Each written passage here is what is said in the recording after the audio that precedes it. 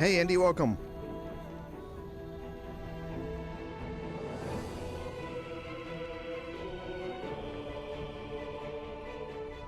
Thanks for being up so late.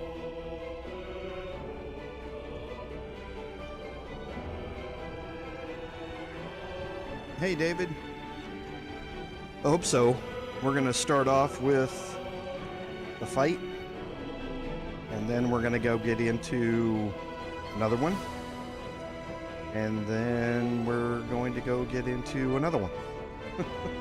So yeah, should be fun.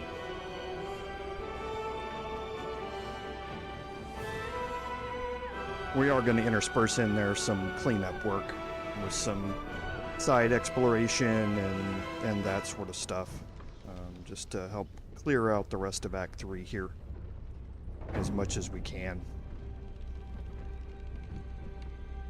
But yeah, we won't actually get into kind of where the Paladin livestream is until probably next week, if I had to guess, with the main character side quests and that sort of stuff.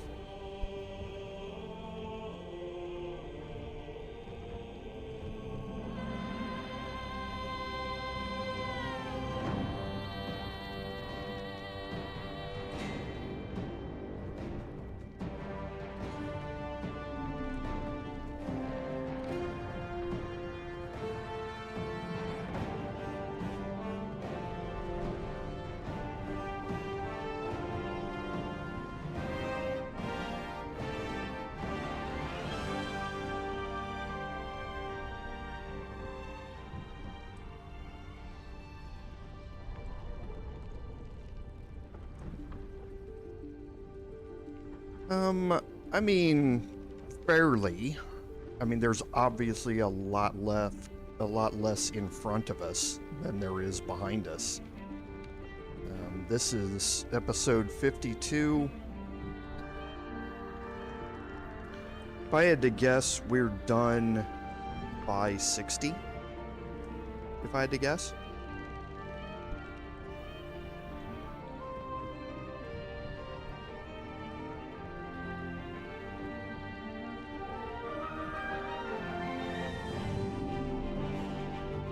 Probably going to be more like 58 maybe, or something like that, but I would say definitely before 60.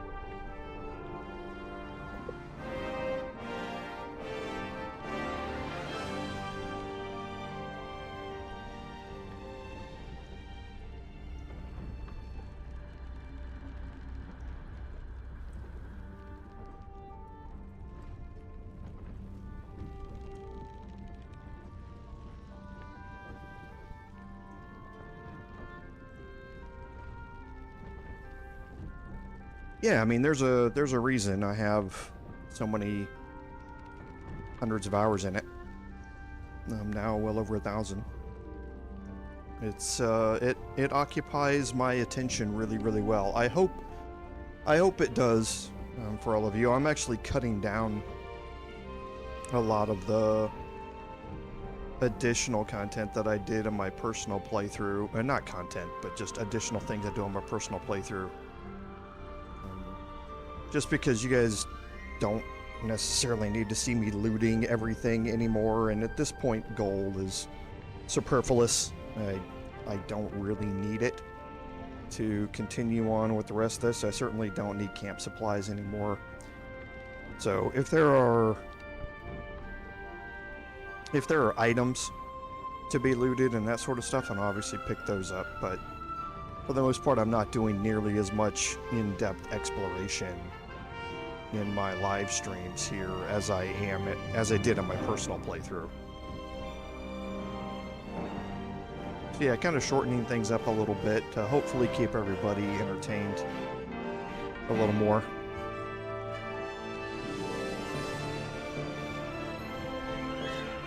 But yeah, I'm actually hoping that we finish both of these up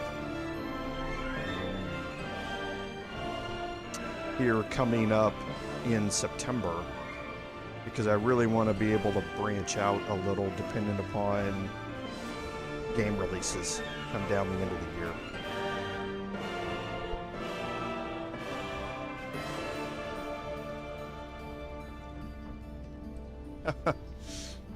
Yeah, well, on balance mode, I will say it's fairly hard to party wipe on balanced mode. If you have a passing knowledge of Dungeons and Dragons, I have it's hard to overstate how much of an advantage I have in this game from the get-go. Because of my tabletop experience. It's as you get more, farther into the game, that advantage goes away as you learn more of the game mechanics and that sort of stuff. But starting out, the first time you do a playthrough, I had a huge advantage over anybody else just starting this game from scratch, either never having played the previous Baldur's Gates, which again were 20 years ago, or not having tabletop experience. So I haven't had a party wipe in any of my playthroughs that I can remember. Yeah, I take that back. I think I had one in early access. I'm gonna have to go back and look at my Ranger gameplay series. I mean, that has been so long ago now. I mean, that's well over a year now ago. So I'm gonna have to go look at it and see. But actually, I seem to remember that I might have had one way back early on. But I can't remember the specifics of it at all. I'd have to go look. Yeah, David, that is something that was mentioned in there. A fix for Will constantly wanting to ask you a question and then not having anything to say. So it was. I had reported it to them. I'm not saying I was the only one who reported it, but I had obviously reported it when I noticed it. I also reported another quest disconnect with the Wave Mistress quest and the order in which you do events, which we might show today. But yeah, I reported those, and I haven't heard about the second one, but we'll see. We'll kind of see what happens.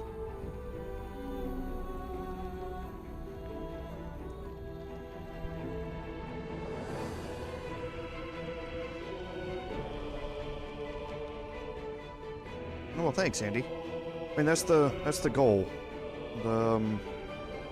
On balance mode, I don't really honestly have to think that much. So I tend to get into patterns where I do the same things over and over again.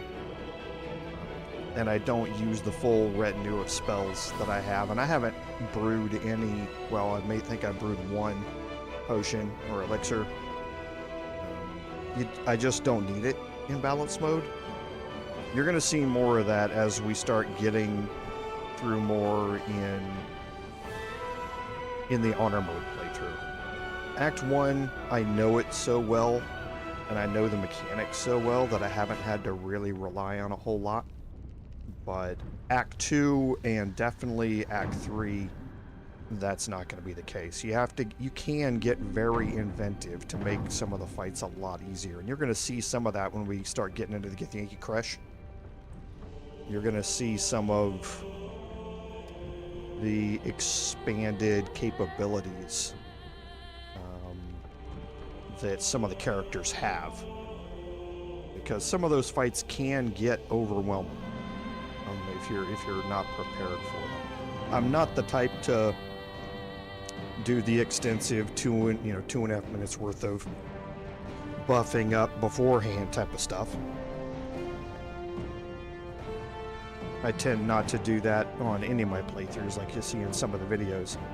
But yeah, we're going to be seeing a lot more variants and that sort of stuff as we go through honor mode. Yeah, I mean, if the tactics are effective now, don't fix what is not broken. So I'm certainly going to stick with them.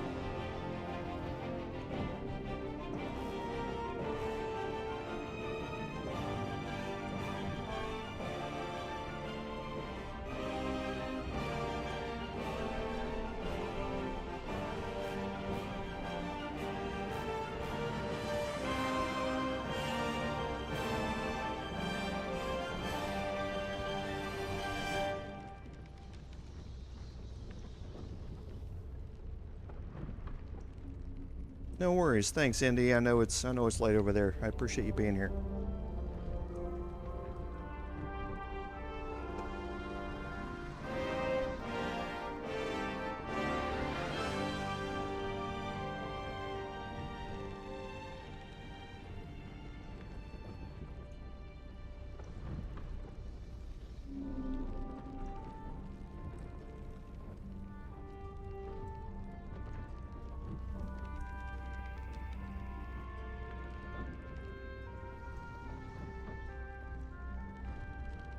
Welcome, everyone, to today's live stream, episode 52 of our Baldur's Gate 3 Bard gameplay series. I'm Commander Jorval, and I want to thank you for coming along on our journey today. So, nothing new on admin notes.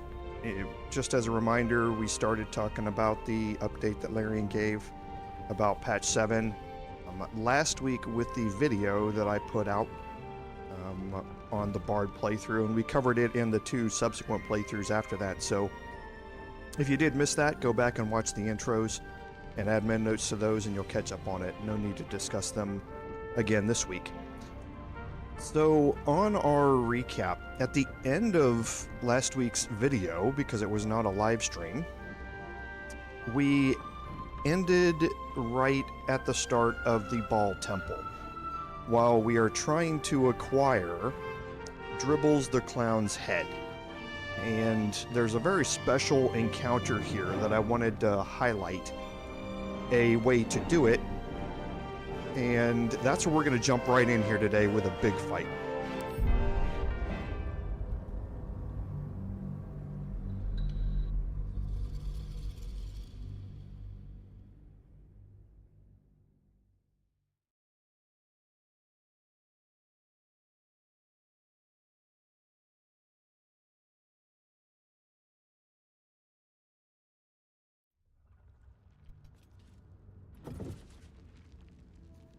Okay, here we go.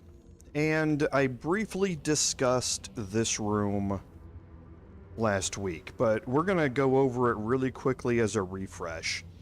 So, there's basically a line here. And when you cross that line into this area, a cutscene's going to play. And a Farslayer is going to spawn up here on this pedestal. And he's going to give you 5 turns. Everyone who's inside here past that line, when your party comes in, it actually triggers down here. So everybody's inside of here when it triggers. Everyone who's in that radius will have a countdown timer to power word kill. And Power Word Kill is a very high level spell. It's well above the level of spell that he should be able to cast at his level. You don't get it in tabletop, I think, until level 17 of the wizard class, when you get access to 9th level spells. But Power Word Kill does exactly what it says. It allows you to speak the word kill and make a gesture towards somebody and they die. So you have 5 turns to kill him, and he will stay up here until you get within range of him, and then he will teleport to various other places as you get attacks on him. So it's hard to pin him down, and it's hard to deal consistent damage to him because he does start with, I think, 3 turns of unstoppable. So he is a difficult enemy to deal with. What complicates it is that what you can't see about this room is that right now everyone is already spawned in. They're just invisible. There are 3 hand of balls up here, which will use spells and or ranged attacks on you, and then they will go invisible afterward. He is invisible, he's here right now, and he will use slow quite a bit to remove your extra attacks and your bonus actions, and then he will start casting things like Ice Knife and that sort of stuff. All the way around, then there are 2 more invokers up here, which will cast long-range spells at you. And then up here, there's a whole nother group, and I think there's 4 or 5 people up here. 3 of them are ranged characters. One of them is Strangler Luke. And then there's another ballist inside this room who makes his way out, who's another spellcaster. And then over here in these windows, there are 4 more ranged, or 3 more ranged attackers. And then down on the first floor, there are 3 more hand of balls, melee attackers. And they're all here, you just can't see them. Now, once this whole thing starts and the countdown timer starts and you try and make your way toward him, they will start to reveal themselves the farther you get through this room. As you start to cross this chasm here, the ranged characters here and here will shoot at you, and they will use pushing attack ranged to try and knock you off of this into the chasm. So, ways to prevent that. There are a few items in the game that allow you to do that. One of those, unseen, Shadowheart is wearing right now with Reaper's Embrace. Okay. Reaper's Embrace has Reaper's Rigidity, so that when activated, you can't be moved against your will by any spell or action, which means you cannot be pushed. Okay. So this is one of the best items that you have available to you to avoid getting pushed off by the ranged attackers. The other thing that helps you avoid that is, 1, having a high dexterity and or a high armor class. So better be cautious. Here you can see that our armor class right now is 26. That just helps me avoid getting hit by the pushing attack ranged. If I do get hit by it, having a high athletics or acrobatics skill helps you resist being shoved. And this is based on dexterity. So having a high dexterity gives you a bonus to this acrobatics skill. Also, having a high strength to avoid or resist being shoved also can help you. Normally, if you've got a high armor class, you're normally focused around dexterity to get some sort of dexterity bonus, so acrobatics helps you the most. So like I say, there are items that help you do it, and I don't know why I'm getting the saving icons spinning up there in the corner. Okay. But I'm going to show you a way to not do this the hard way. You certainly can, and on balance mode, it's not as difficult. But I'm going to show you a way to get around this. The best of all worlds would be is if I had Ketheric's armor on my Bard. My Bard has C invisibility because of Volo's Eye. I could also cast Next, I wonder. C invisibility because I have elixirs of it and a scroll of it on Shadowheart as well. And then take her up there and she can avoid the attacks. However, what I want to do is kind of highlight my Bard here. And in doing that, if you just walk in here, you're going to trigger the cutscene. However, if you either take a potion of invisibility or use a scroll of invisibility, or in my Bard's case, I have invisibility and greater invisibility if I like. I don't need greater invisibility for this. I'm going to cast invisibility on myself.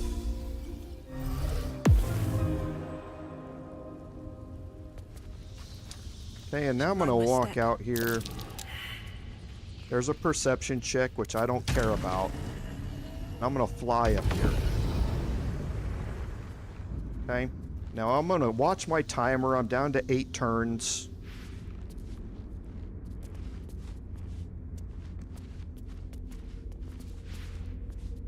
Okay, so I'm not going to waste all of my timer here.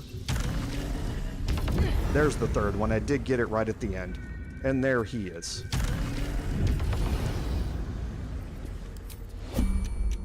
Okay, so there are 3 Reapers up here, which I mentioned earlier. When you're not in turn-based mode, you just have to wait for successive turns to pass until they fail the saving throw and they get revealed. Okay, you can obviously reveal them with AoE attacks and spells and that sort of stuff.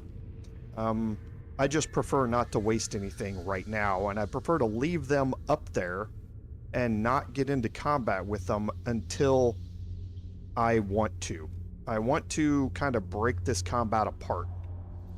Because what's different about this is that the enemies spawn much differently here. Well, they become active much differently with this methodology than they do with the normal one. Okay, so looking at the Farslayer here, he's got 5 turns of unstoppable. So not 3, but 5. So your first 5 attacks against him are going to do 1 damage. And that's it. You cannot shove him off of this cliff or anything like that. He cannot be moved by external forces. And he has a lot of resistances here. He's also alert, so you cannot surprise him. Even attacking from invisibility, he's not going to be surprised. He's ethereal, which again lends itself to that can't be shoved or thrown or used as an improvised weapon. He has this focused conjuration, so if he's using a conjuration spell, which he does quite a bit, and he's concentrating on it, damage will not break his concentration. Okay, that's important to remember while you're going through this, is that you can't attack him to remove certain spells while you're doing it. He also has Spell Sniper, so he's more likely to crit with his spells, and he can't be turned.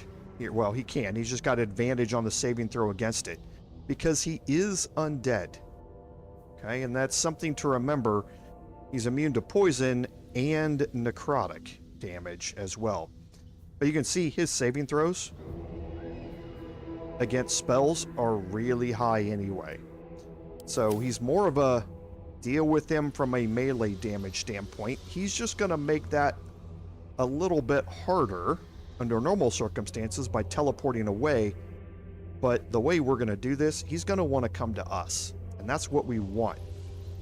So I'm going to go ahead and start this off here with just a Eldritch Blast. This is going to use 1 turn for me, but it's going to get rid of 3 of his unstoppables, and he's probably going to teleport away.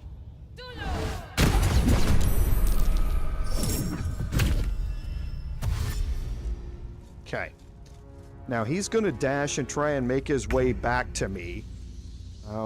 He does not have a...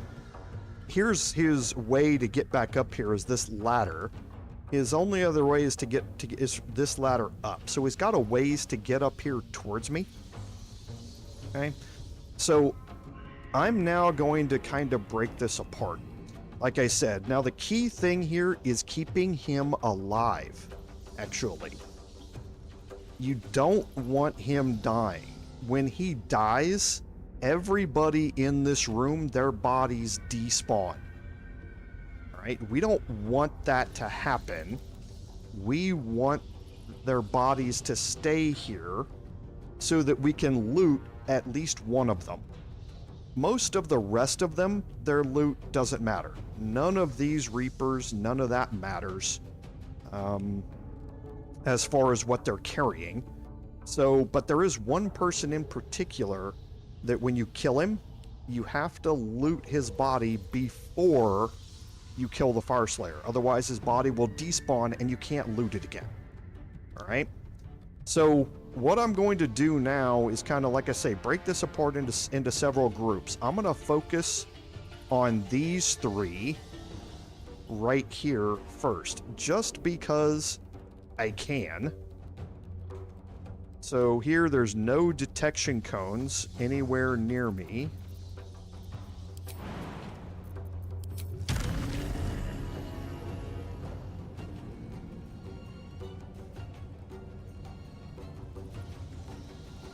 And I'm thinking about how I want to do this. Yeah, before I go up there... No, I am just going to go up there.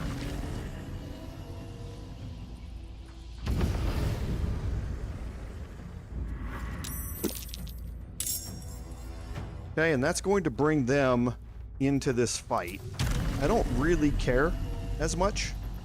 I want to get up as close as possible, though.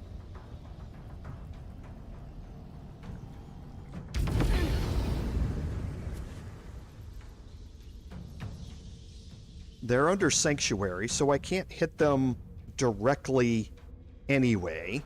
I can't target them with anything directly anyway. So I'm going to wait and end my turn here.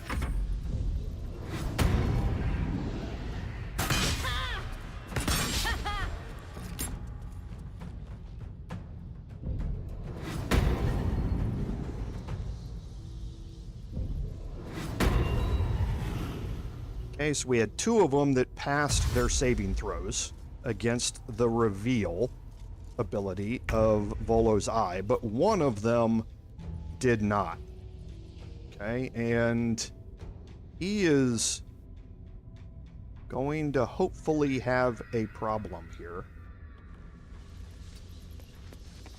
There's a lot of verticality in this map right here, and that makes Mobile Flourished Ranged or Mobile Flourished Melee extraordinarily powerful.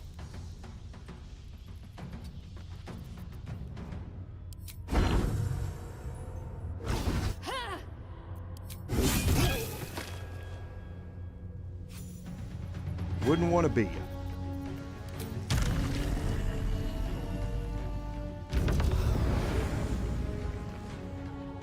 Okay, now with these 2 again, as we've talked about before, I have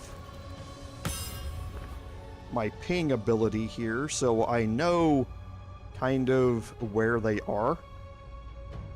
But I'm not going to be targeting them. I don't think... Yeah, he still has Sanctuary anyway. So I'm not going to target them, but what I want to do...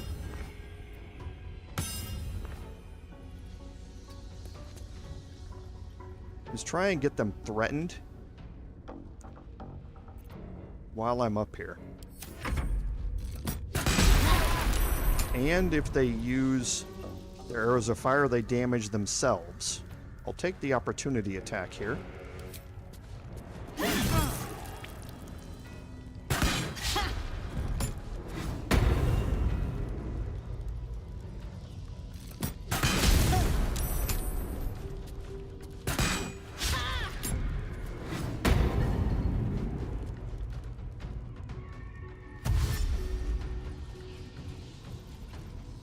And all this time, the Farslayer is just going to be sitting down there. He's not going to be doing anything that we need to worry about. So, the first one is here, so I will target past him. I will target past him, and I'll put the second one down here as well. Okay, and I'm just going to move over here and get next to this one.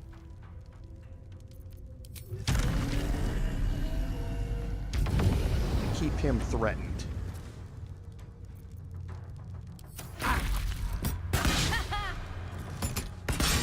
Because that's disadvantage on his ranged attacks.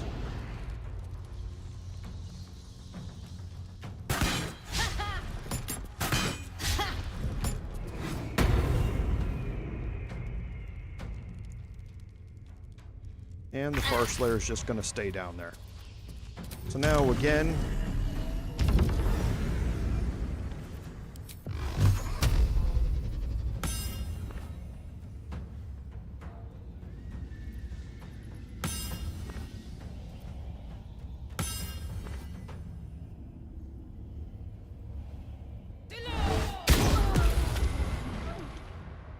okay.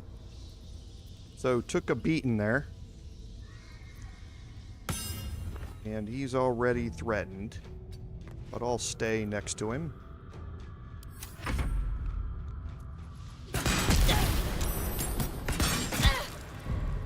Oh, he did manage to hit me once. Nice. He's gonna move up here. Take a shot at me. Oh. Okay, well, I didn't need the crit.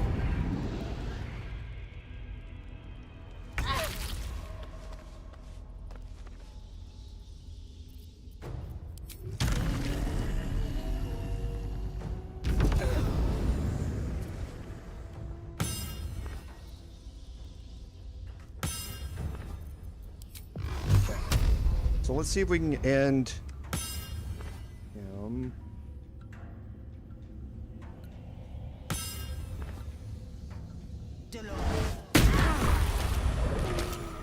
Okay, so that removes both of them, and now I've got a little bit of time to do whatever I want to in the way of healing up before I take on the next group. And the next group that I'm going to deal with is this group up here. And while I'm here, I might get rid of his last 3 turns of Unstoppable as well.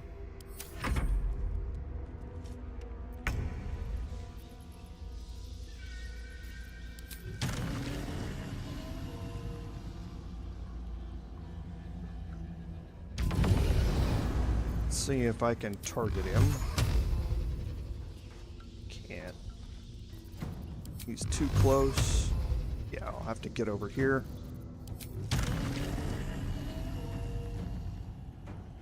Now, as soon as I move here, I'm probably... Nope, I'm not triggered. Oh, come on. Come on. Really? There we go.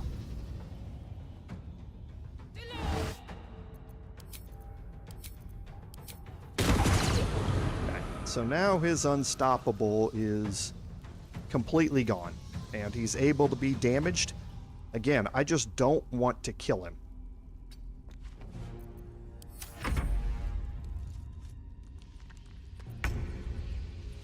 Now I'm going to move up to here, and I'm going to trigger 2 more enemies to come into this fight.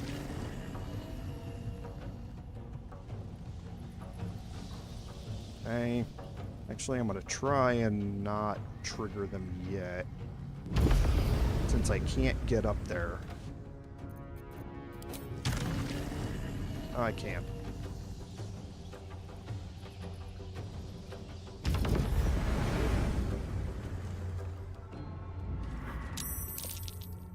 Okay. So now let's go to work on the two Devastators here.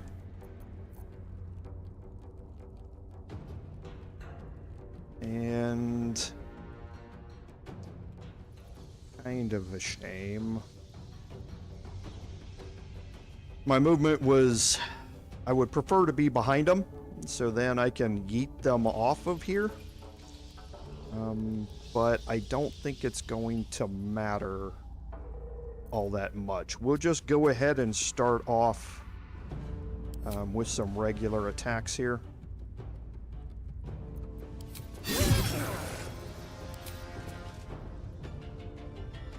That's a crit.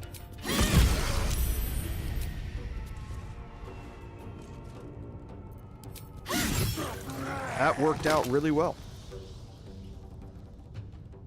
And let's get Hex out. Most of them, I think, are going to be... Most of the larger enemies are going to be immune to necrotic, but the smaller ones probably won't be. Okay, I'm going to... I'm going to get rid of... I'm going to counterspell that at level 3. Now, he's going to run away. No, he didn't. That was a mistake. So we'll just need to know where that column is, because it kind of disappears from view.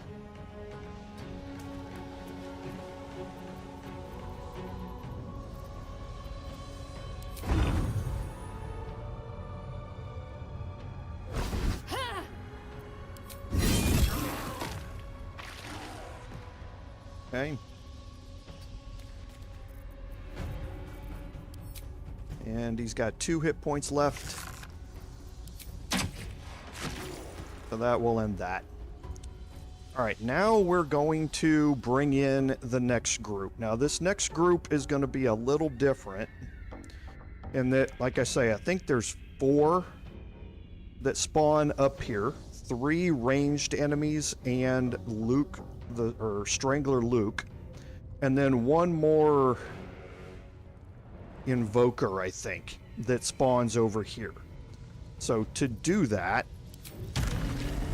we need to get close enough to trigger them.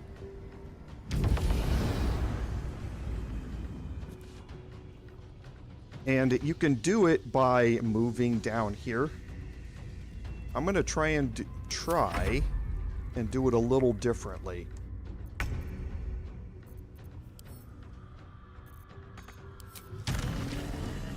Because I think I can spawn the Invoker here.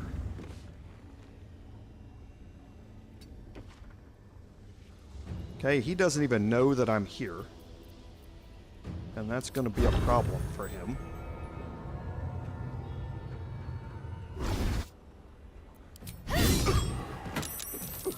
Okay, and there are the others. You can see all of them up here on the top. 3 crossbows, and these are the pushing attack ranged enemies. And Strangler Luke. Now, Strangler Luke is the one that you want to focus on. He has an item.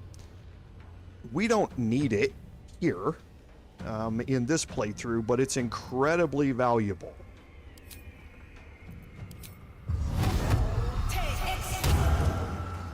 And I didn't look to see if he was one of the ones immune. He's not. Hope your soul is in good hands.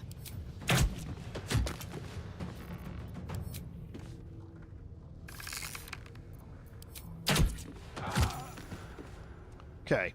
And now, again, the ranged enemies here can be a bit of a problem unless you are able to avoid line of sight. which I am.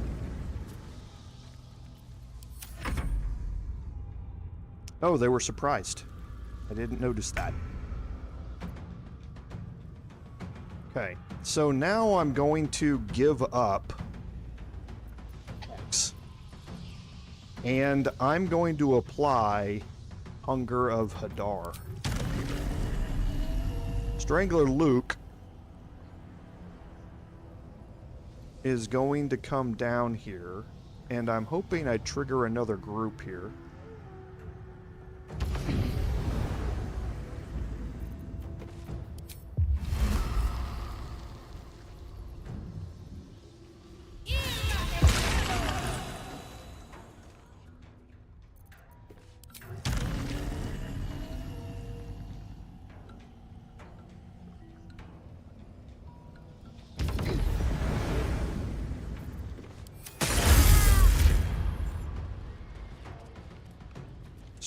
Luke is going to jump down. Oh, he's not. He's going to sit up there and just take it. I'm going to let him. I would be a little surprised if that actually happens, but... And I don't want him getting knocked into the void.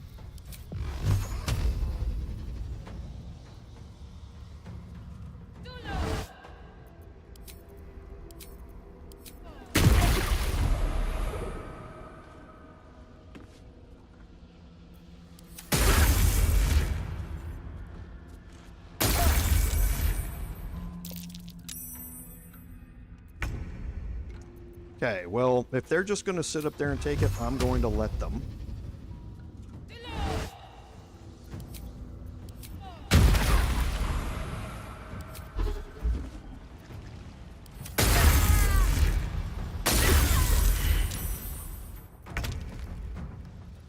And I don't even have to do anything here.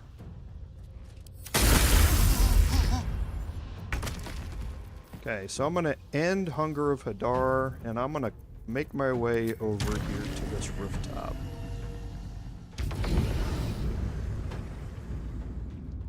Now, Strangler Luke has the Bone Spike gloves. Your attacks ignore resistance to slashing, piercing, and bludgeoning damage. Now, these are incredibly good. Especially if they have magical resistance to slashing, piercing, and bludgeoning damage. Especially if you're going up against the boss enemies and that sort of stuff. These can be extraordinarily useful to have. They work, anybody can wear them, and it says your attacks, so it's ranged, it is melee, it is all of them. Allow you to bypass this resistance. So incredibly useful and something that you do not want to miss out on throughout a playthrough. I'm probably not going to have use for them, but maybe a couple times situationally that I can think of. But don't forget that they're here. So always loot him before you have killed the Far Slayer. That's important because his body's going to despawn here in a minute.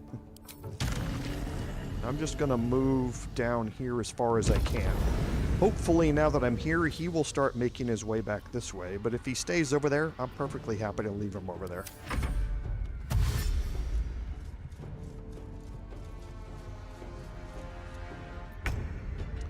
Okay, and now I'm going to start working this building. And like I say, there's 1, 2, 3 ranged enemies here. And then there are 3 of the...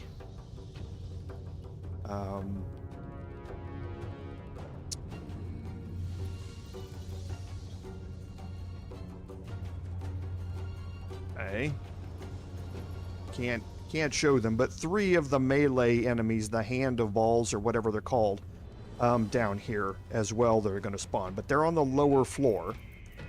So I'm going to make my way kind of in here behind this group and kind of try and make my way down toward this doorway.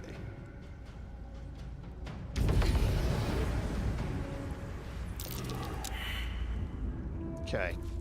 There's the first one. And I am out of combat now. Which is nice, because I can play this however I want now.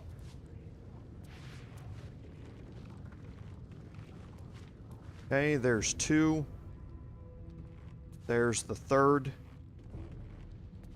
Actually, I think there's only those 3. I thought he was over here, but I don't think so. He's right here. And now I think I'm revealing the 3 downstairs as well. I did. The night blades are downstairs. There's a very conveniently placed smoke powder barrel here.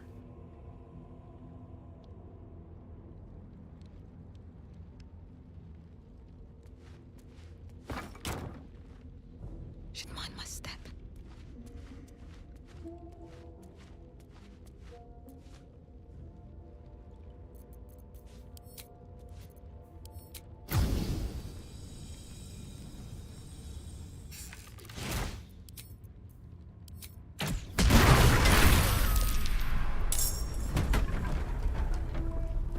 Okay, so those 3 are now all gone.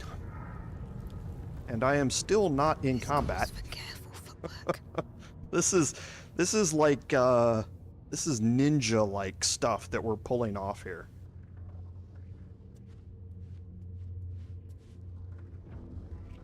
Best be on my Now way. there's one more enemy down here.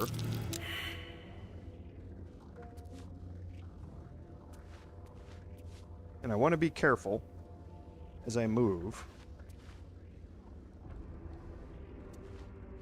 Okay, there's Manglin Abbey. Okay, now Manglin Abbey, just like Strangler Luke, she has a backstory that you can learn more about this as you go. She does not, however, have any items that you need to loot. That great axe on her back is nothing special. It's just a regular one. So now here with the night blades, we don't have an option to push them out anywhere. We can actually make our way in here.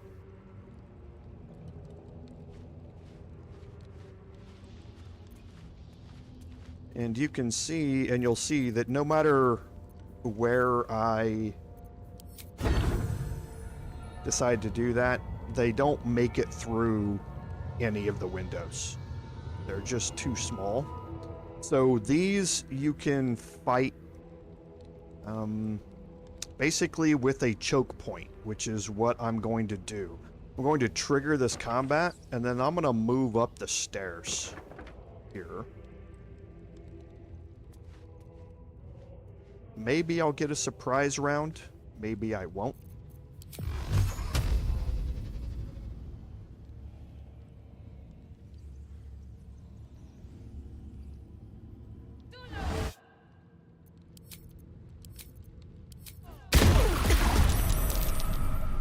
Okay, so it looks like I got a surprise round.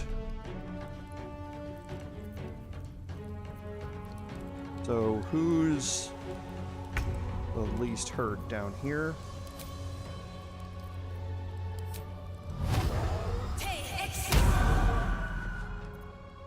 Okay, I'm gonna stay right where I am.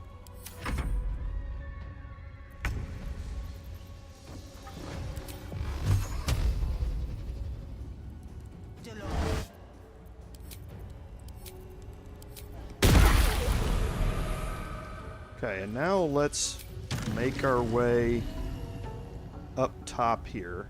I gotta kind of get your camera working right.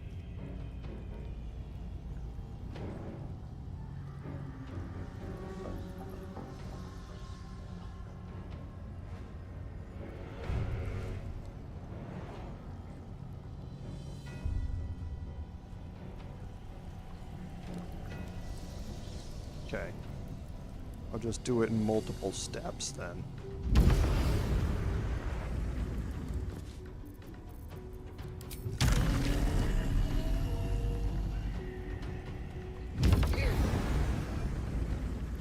And I want to get around this corner here. At least a little bit.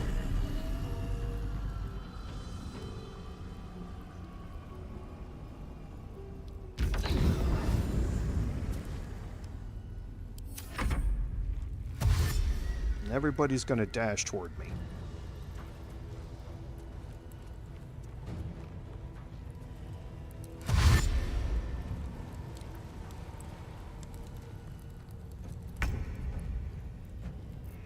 So now my goal here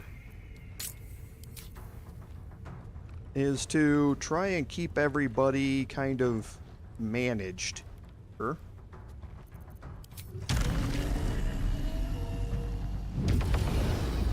And at arm's length.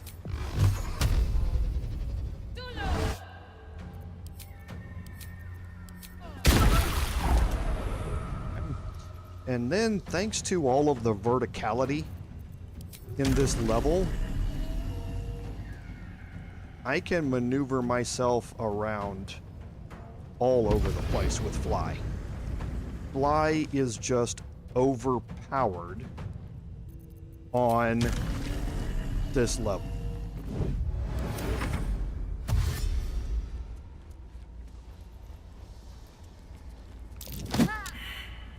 Okay, didn't move far enough there, so that was a mistake on my part.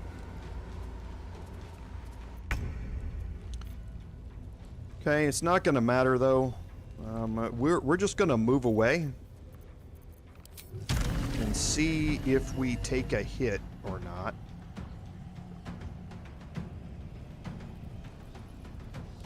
Actually, this is kind of interesting.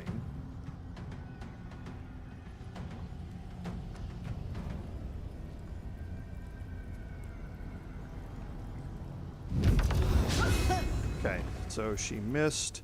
I actually want to think about something here. I'm going to move here.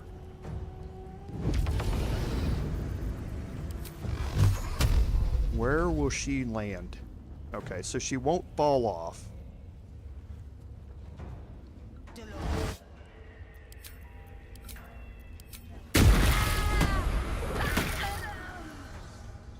But that was... Oh, haha, yes.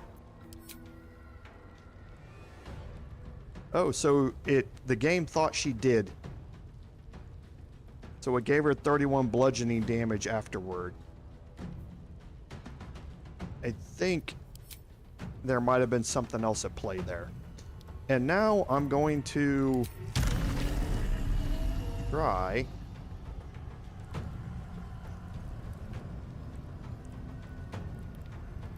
and make my way down here.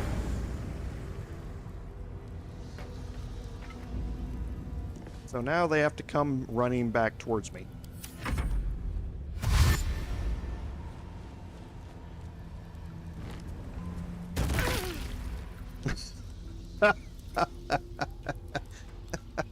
Okay.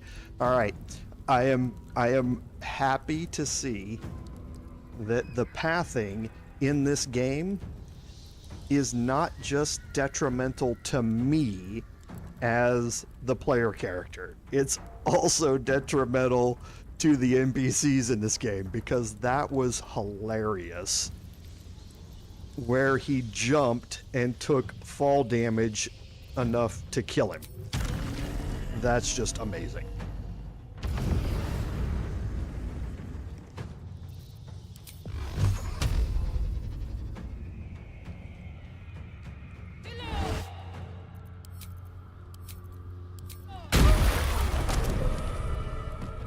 Okay. So now we've finished all of them off. Now we need to go find the Farslayer again. And you can see his detection cone right there. Okay. So he's the last one left. We still can't surprise him. We're not going to get It's been a long day. a surprise round I need out to of rest this. soon.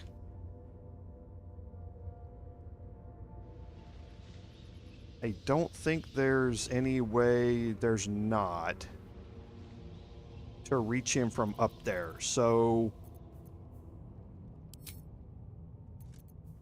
we're going to reapply Hex here.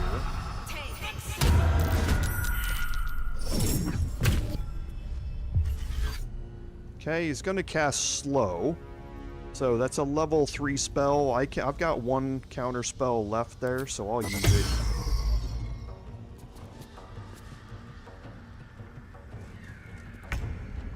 Okay.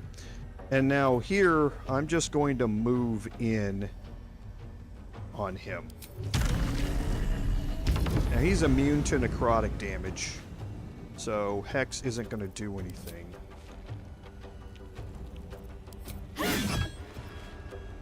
Okay, I still have Arcane Acuity though, which is why I used it.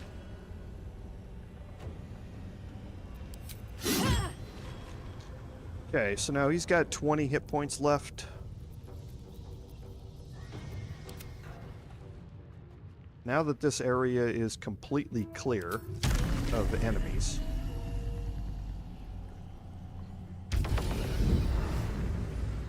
because those are all the enemies that can spawn,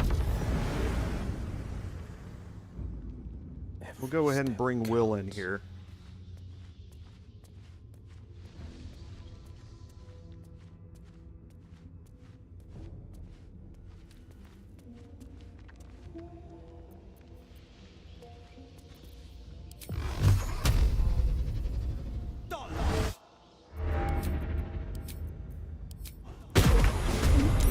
We'll just end it.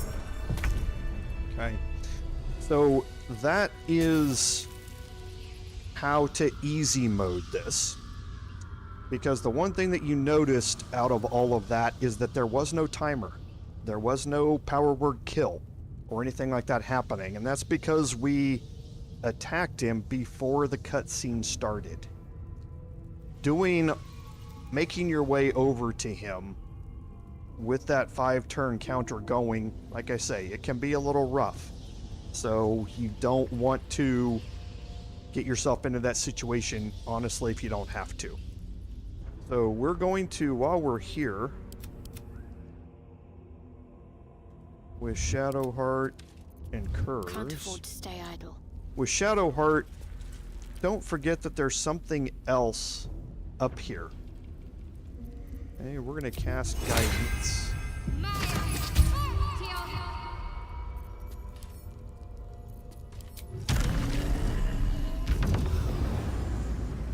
There's a chest in here. You want to have somebody with good perception? True. And there you go.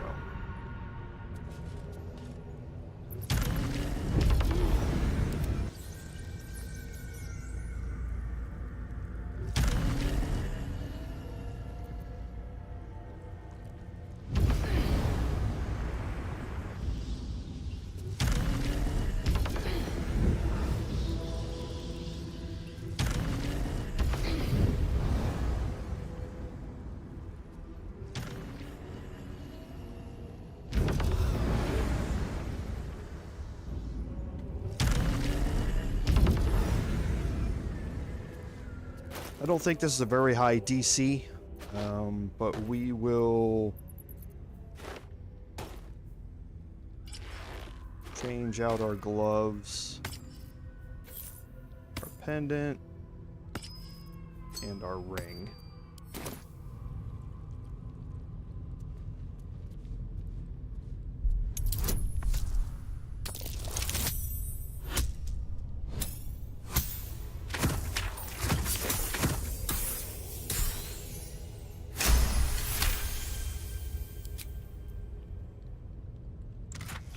And you're not going to get a whole lot out of it, but we are going to be able to replenish the arrow of fire that we have.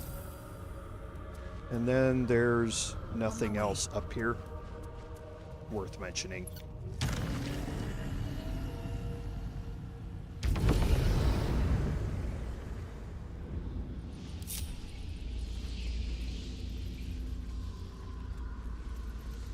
So now, if you would like, we can explore the rest of this area, and you can see the bodies have all despawned. Here we go.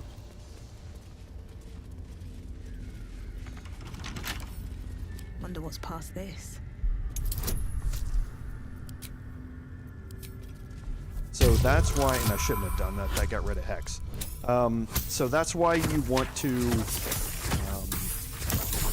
search all of the bodies. before you kill the Far Slayer, because once you do, all of those bodies are going to disappear. Okay. So we've been in here, just the lower part of it. Don't mind if I do. The silver key is what I believe unlocks that door. You're able to get in here, like I say, through all of this and come out at the back way, but I could be wrong. It's been a while since I've gone through this.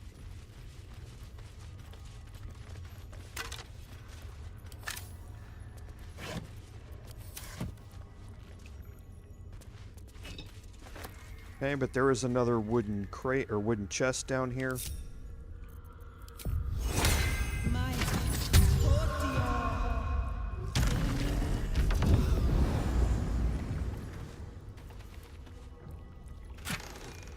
And this is normally going to have some pretty decent potions in it.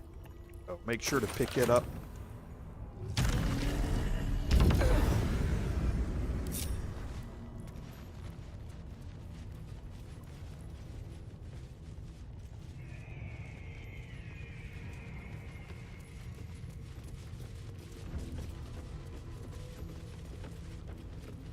Okay, we can make our way back here, and there are some more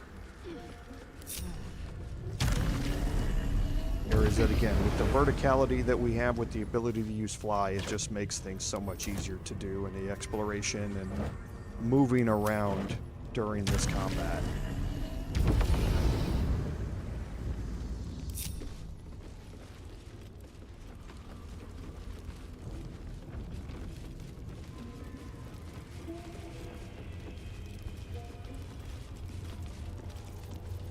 I think there's it. There's not.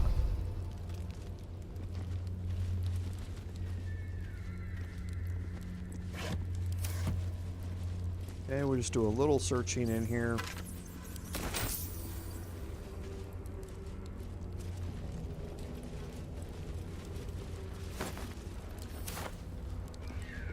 And there's all sorts of camp supplies and all that sort of stuff that you're going to find in this room. We obviously don't need any of that anymore.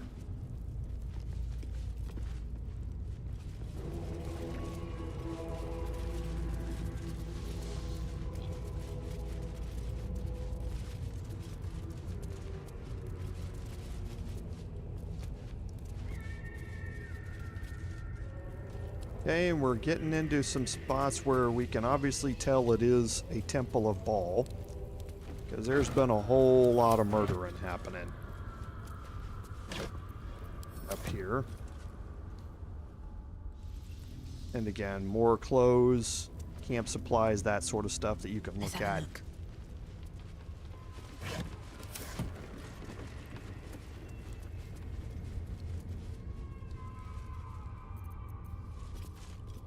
Okay, and then in this room here,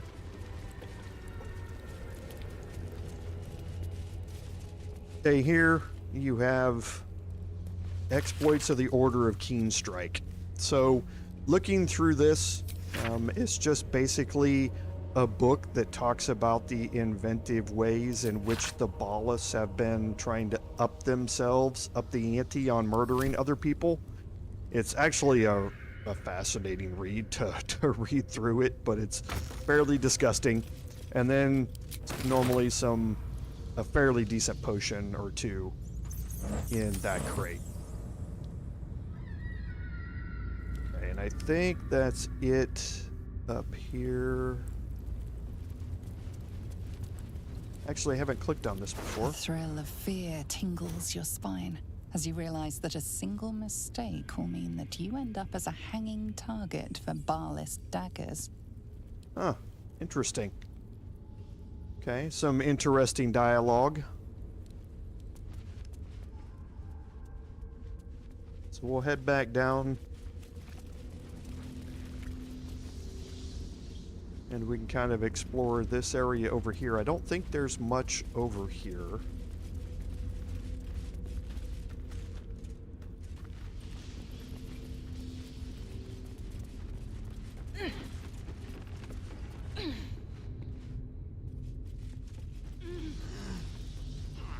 Yeah, I don't think there's anything here. This is the way up to the pedestal where we were. So yeah, nothing else up here. But yeah, the verticality, if you're doing this normally, the verticality is actually what makes this difficult. Because he will teleport around all over the place in here. And it's really hard to follow him or to get line of sight on him while you're trying to track him down and do damage.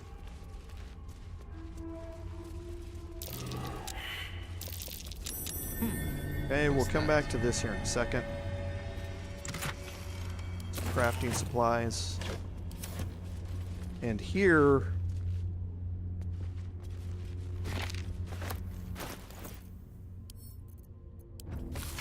is kind of the manifesto of Strangler Luke. Strangler Luke and Mangler, whatever her name was, were just like Dolar. They were trying to become initiates of Bhaal. They were committing murders to try and stake their claim to the cult of Bhaal. And this is kind of his little interesting read about what he's going to do and how he's going to do it. He was saying he was going to end up challenging Orin. Well, he's not going to be doing anything from now on because he met me first. The Lord of Murder shall perish. And in here we get into the entrance to the Temple of Bhaal itself. Now, the entrance to the Temple of Bhaal is down here. We obviously don't want to go there yet. We will... Orin's Netherstone is the last one we have left, so we are going to head that way. But it's not something that we want to do right this second. Over this way, we're going to go explore first. And as you walk down these pathways, more of these statues are going to light up.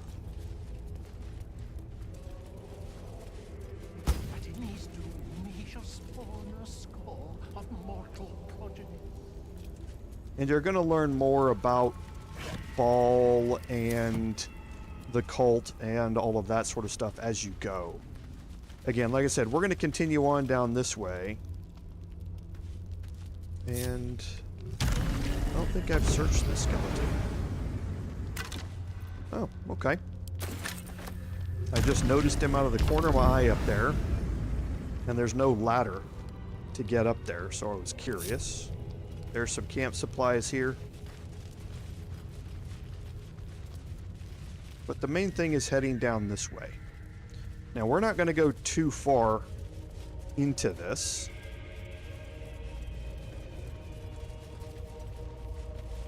Because this is another way that we don't want to go yet.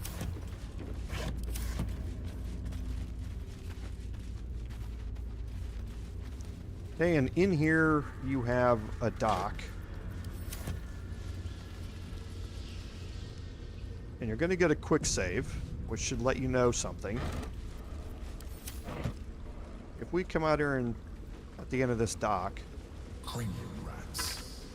They swarm when an elder brain is near. We must be close to its hiding place. And these are the cranium rats that they're talking about. Now, if we make our way over here...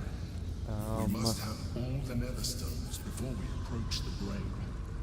And that you're going to get a warning about this right now. If we head over here, we're going to trigger combat with the cranium rats.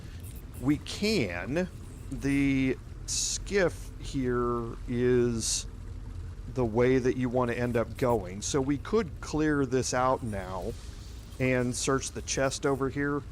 There's nothing really important in it, though. So there is another waypoint here, which you can open up, but we don't have to do any of this yet. And there's another waypoint just right inside here. So we're gonna turn back, like the Emperor said. This is for something later on. And I'm going to...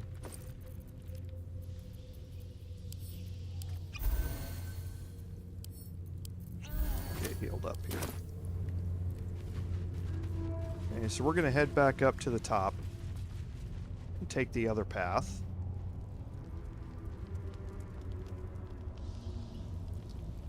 Here.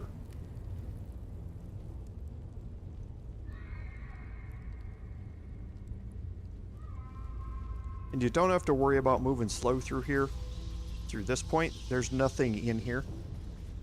Chaos will be sown from their passage.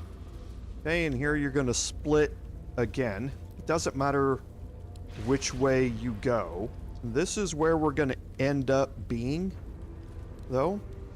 That's where we want to end up going. So I'm going to actually go the other way, and we will circle our way back to here. This is the way, if you want to get the statues in order, the next statue is down here. So if you want to listen to the story in order, you continue down this way because the next statue's there and then the final one's down there. So we're going to kind of get the statue story out of order going this way, but again, doesn't really matter for us. And there's the waypoint I was talking about.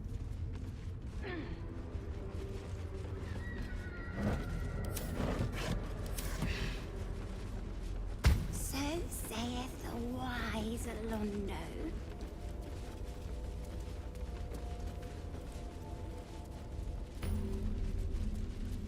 Okay, so we did find the waypoint here. So this is the Temple of Bhaal waypoint, so we can fast travel back here anytime we want, which is very useful, so we don't have to walk all the way from the Undercity ruins to get back here now. Okay, nothing up here on top.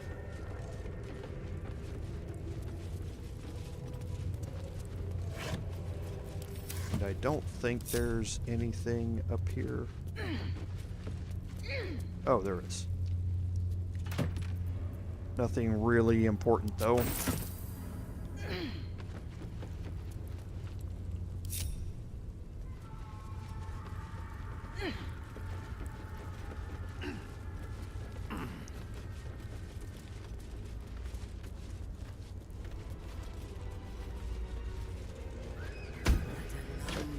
Did not see. He did not know. He did not revel in the glory of what is to come. Okay, so we'll move over to the chest here. Okay, there's nothing out here. It's all chasm. You can see. Now, as we move up here, we want to go into perception mode here. So we're going to go in, and I'm actually encumbered.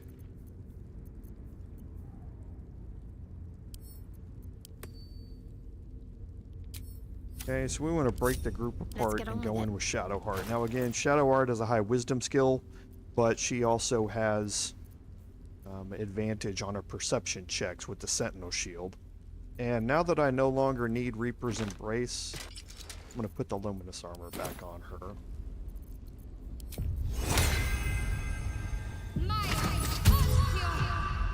I'll go this way. Because these DCs are elevated. Looks like a Okay, trap. so I found the first one. And I found the second one. Can't give up now. I still have my thief gear on.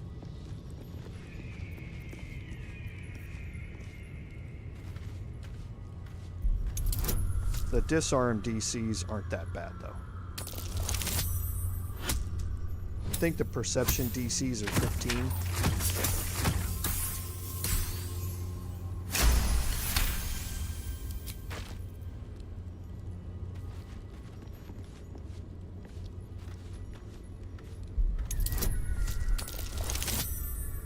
Oof.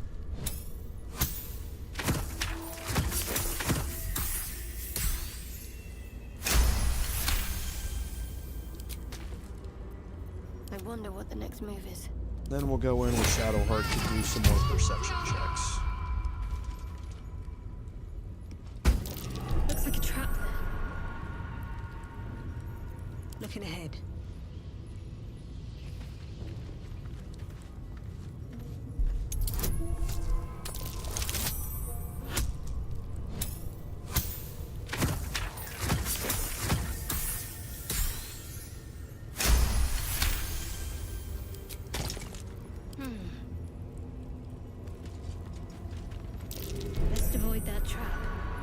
Let's move.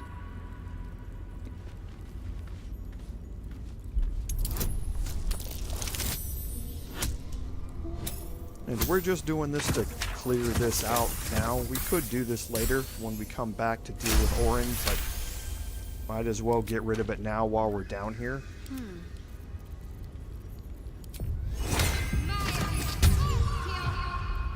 No time for Danny. Looks like a trap there. Shouldn't have wished to live in more interesting times.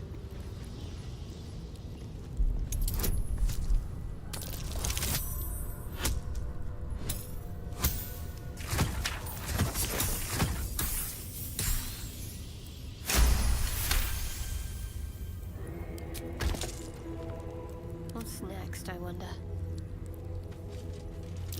Looks like a trap there. Okay, so we were 100% on our perception that's checks there. progress. That was nice.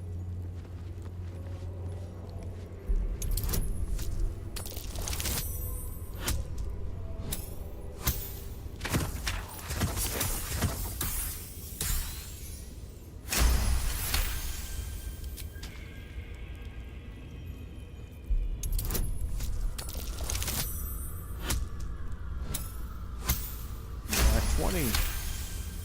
First one of the day. Whatever comes, I'm ready.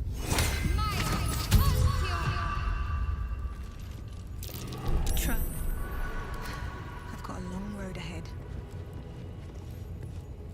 And we don't have to disarm the sanguine vents once we get rid of the pressure plates, but might as well. The sanguine vents actually let out unstable blood. And they light the candles, and the candles ignite the sanguine blood. So it's basically an explosive trap that is waiting for you here. So not Boots have seen very everything. nice. Okay, if you didn't already activate it, your waypoint is back here, and we can travel this way. But Alondo did not see. He did not know. He did not revel in the glory of what is to come.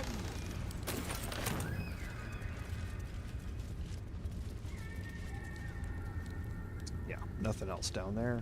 And now we're gonna start getting into the part where we want to have a lot of perception again. So in here there is another potion of superior healing up here that we want to pick up. There's nothing else that you're going to find in these worth remembering.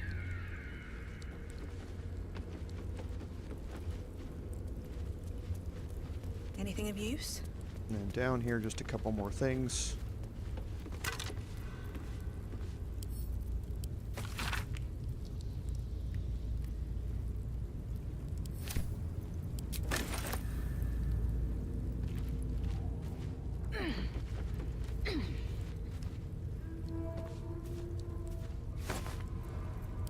Okay, so nothing here. And the last thing is over here.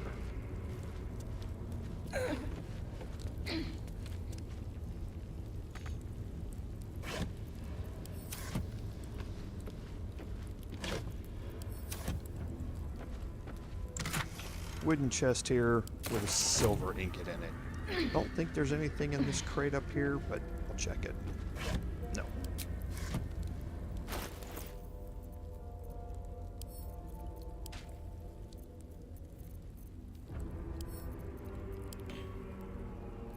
Okay. So now we come all the way back to where I mentioned we want to end up. And that's this group of bodies up here.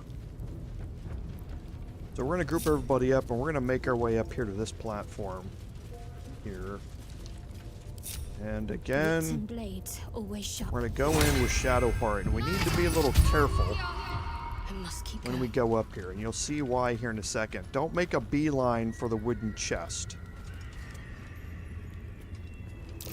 Looks like a trap there. because there are blast mines out here. Now, to avoid the blast mines, you can fly. Okay, and we found No. 3 more. Not revel in the glory of what is to come.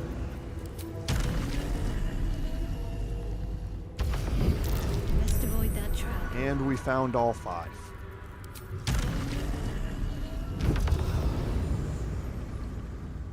Okay, now I'm going to kind of move back out of the way with Shadowheart now that we found them all.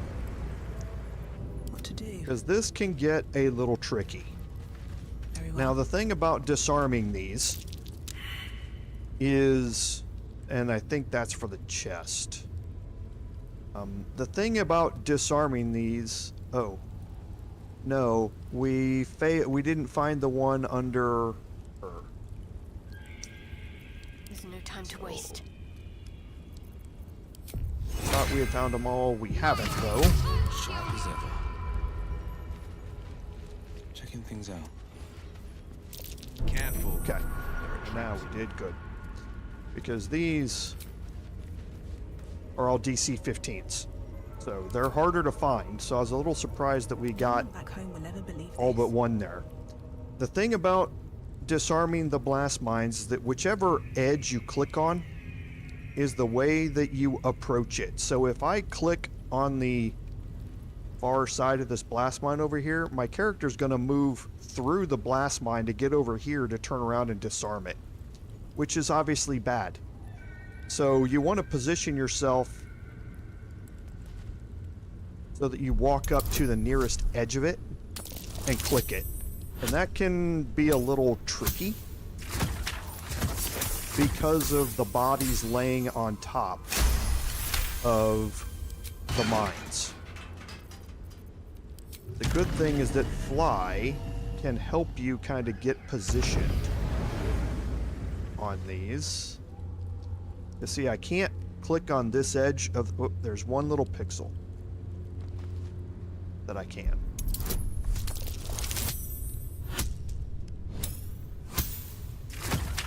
If one of these goes off, they are all going to go off. It's not going to keep you from picking up the item. It's just going to cause a bunch of damage. That, again, is needless at this point. So...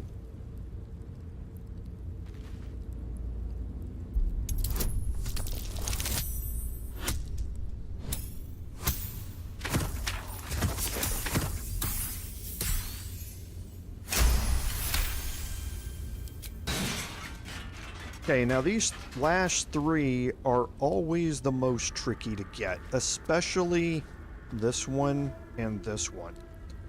So you don't want to get close enough trying to disarm one that you trigger the others.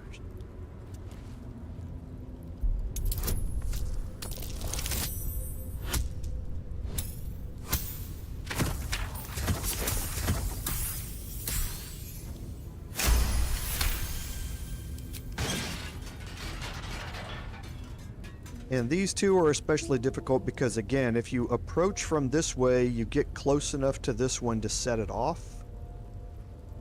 But what you can do is fly to the other side over here and approach this corner this way.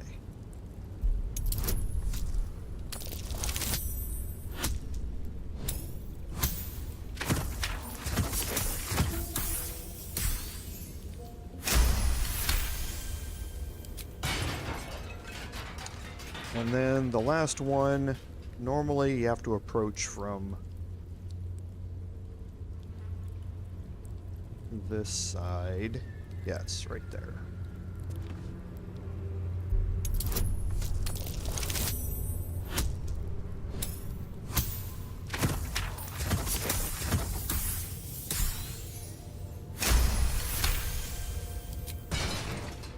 Okay, so why did we do all of that?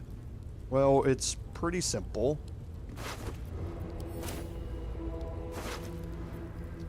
Here we have Dribbles' head. And another note here from Orin. I know this head.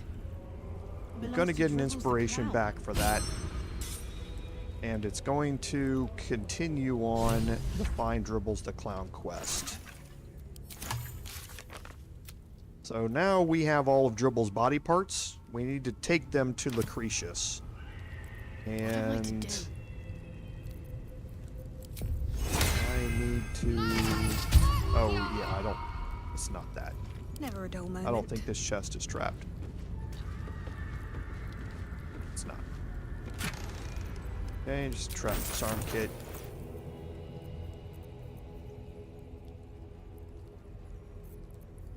We're going to split these in half.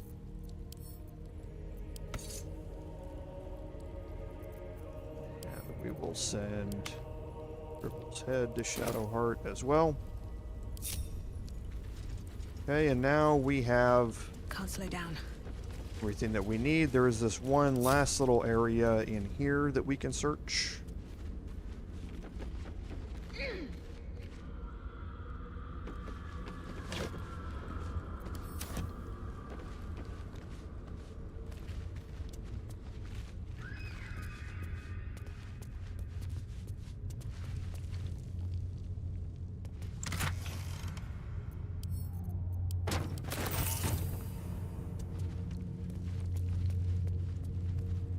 And now we're done in here.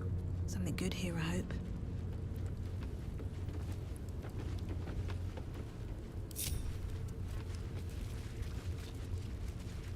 Okay, so we don't have to make our way out of here.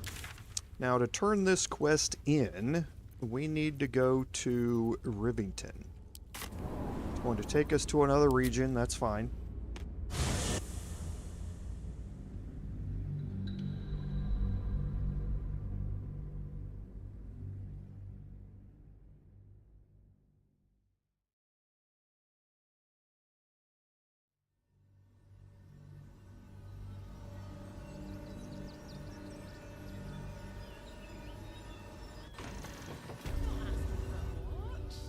And we're going to make our way back to the Circus of the Last Days over here. Now, this will be your last time to purchase anything from the circus vendors. So, if you're using the clown hammer and you need to be disguised as a clown, you definitely want to go talk to Zara and stock up on more face paints. But other than that, if you've got anything else that you need in here, now's the time to get it. And I'm thinking... I don't think Zara has potions, but let me go look.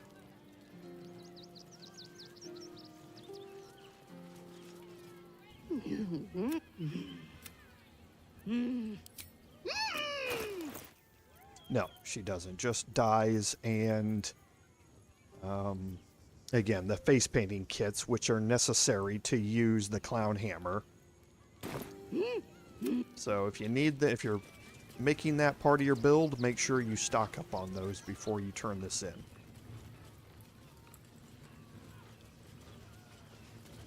And again, from Popper or anybody like that. Clown Man is dead. Oh well. Yes! I has lots of stuff. Okay, so yeah, there are potions here. For you.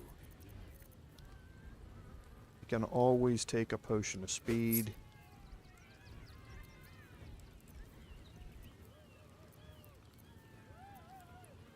I think the rest I'm good on. Bye-bye. I was looking for some more strength potions, but if I don't get them, it's not a big deal. And now we'll talk to Lucretious. Hello again, my vicious little warrior. Any luck finding Dribbles? Oh, perfection. This is just what I need. His flesh has a few rat bites, and his teeth are missing, but these are minor issues. I shall remake Dribbles better than before, where once he was famous, he will now become legend. And you... Here, darling, a little something from your friend, Lucretious. My circus and I can now finally leave.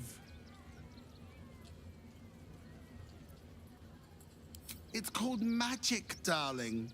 Do keep up. And you delectable vintage. Oh, and if you do take on the absolute, do try not to end up like poor Dribbles. You are so very pretty after all. And for that, you're going to get the Spellmite gloves. Now, the Spellmite gloves are like Great Weapon Master and Sharpshooter, just for spellcasters. With a little bit less, because it's a -5 penalty, but it's not a flat 10 damage. It's a 1d8 damage. The reason for that is because what these are really used for is for Eldritch Blast. And if you gave a +10 to every one of the rays from Eldritch Blast, things would get a little bit out of hand. That would be a flat 30 additional damage out of them. At my level, that if you're purely Warlock, that would be much higher. So they're balanced, I will say, in that respect. So what we have here for Will right now is he has the gloves of dexterity. So that also gives him an attack +1, so he's getting a +1 to hit with everything right now, and his dexterity is 18, which means his armor class is 17. So if I replace these, his armor class goes down to 15, so he's much easier to hit. However, I gain Spellmite. So now I have a -5 penalty, but I can do an additional 1d8 damage with every ray of Eldritch Blast, or, for that matter, Scorching Ray, because that needs an attack roll, or Ray of Frost, or anything like that that Will might want to cast. It's not going to work for Magic Missile because those always hit. There's no attack roll involved in it. So it's really Eldritch Blast that is the bread and butter for the Spellmite gloves. Now, where this becomes really important is when you're fighting in darkness. Because when you're fighting in darkness, you have advantage on those attack rolls if you have Devil Sight. And I can be standing in that fighting enemies with it, and that -5 penalty really doesn't matter. And I'm just doing an additional 1d8 damage every time I cast it. So a really, really good item that you want to pick up. So as you can see, we are finished here in Rivington. There's going to be one quest marker left in here, and that's obviously Raphael. We told him that we were not going to take his deal, and we are still not going to take his deal. So there's no other quest markers here in Rivington. So we're going to head back to, let's see.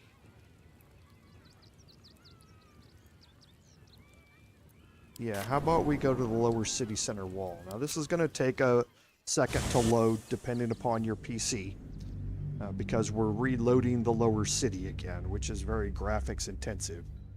Not nearly as horrifically bad as it was before Larian optimized it. On launch, it was really, really bad, trying to load and then move around in the lower city. But Larian did really good work. Getting all this fixed, so it's much easier to use now. Okay. So, looking around here, we have a few things that we want to do.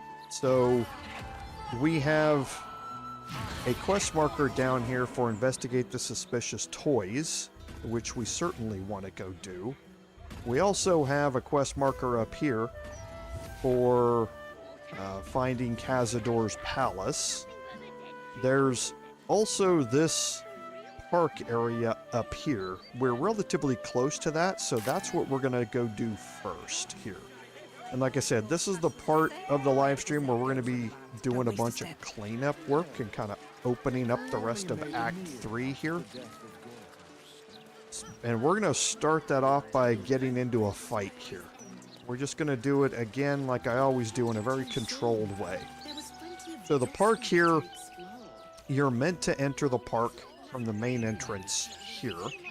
So if you're going to enter this way, stay to the left as much as you can while you're exploring this area. You don't want to venture too far out this way, or you're going to end up or up here, or you're going to end up triggering something that you don't want to have triggered. So we're going to go up here and we're going to talk to Manip Edenosa. Park's no place for a stroll anymore. More likely to find a muggin than a picnic these days. You feel an all too familiar squirm in the recesses of your mind. She has a tadpole. Or perhaps you'll find something bloodier. The Absolute's warriors are at work just beyond here. You'd be wise to not interfere, sister. Not so loud. You and I might have an understanding, but that doesn't go for everyone. Plenty of my comrades still serve the old order. Now hop along.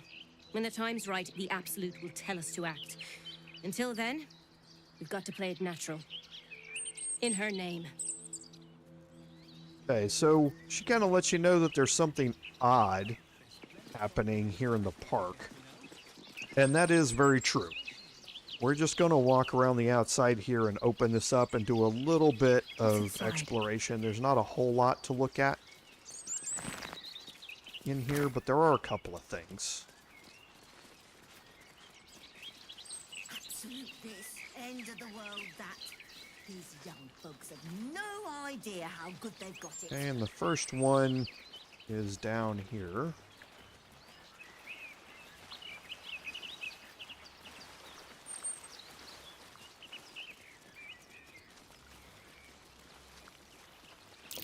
That might be worth a look.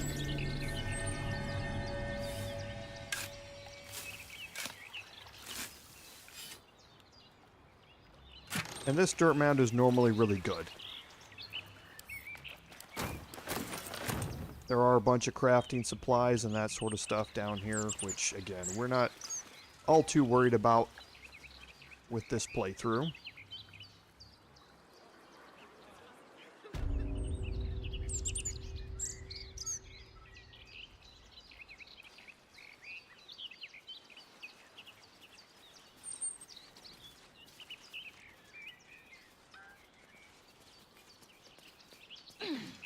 And there are some people to talk to down here. These NPCs are all Flaming Fist veterans. Aye, well met, citizen. Oh, I mean fellow citizen, I guess. Sorry, not used to retirement.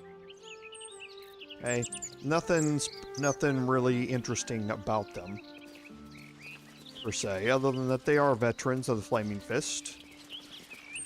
Okay, now here I'm going to break my group. I'm ready. Whatever it And takes. Shadowheart None shall see me. will... And I'm off. Toning things down. Occurs. Can't slow down. I'm going to sit up here. Go into hiding. I'm going to take my bard, and I'm going to watch very carefully for the two patrolling civilians here, because their detection cones cover a lot of this area up here. You can move up to about here before their detection cones would reveal you. Now that they're gone, I'm going to make my way around the back of this area. Failed that perception check, it's not a big deal. And I revealed Nightblade Vinia here. I cannot believe you've come dressed like the villain in a I'm gonna make my way around the back. There's gonna be another one down here.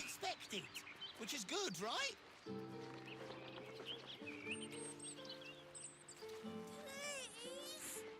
Okay, revealed Nightblade Clarv. Now I kind of want to hang out, yep, and just wait a couple of turns until they fail a saving throw against it. And there's the Reaper of Bhaal. Now the Reaper of Bhaal has Sanctuary, so can't target him directly anyway.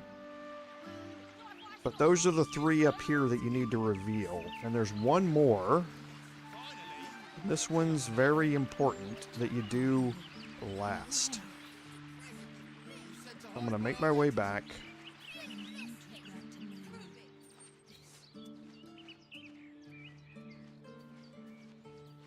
Try not to get spotted here till I'm out of range. Never wanted the easy path. And now here I'm going to be even more careful about how I do this. Okay, not worried about the survival check. I'm going to watch the detection cones.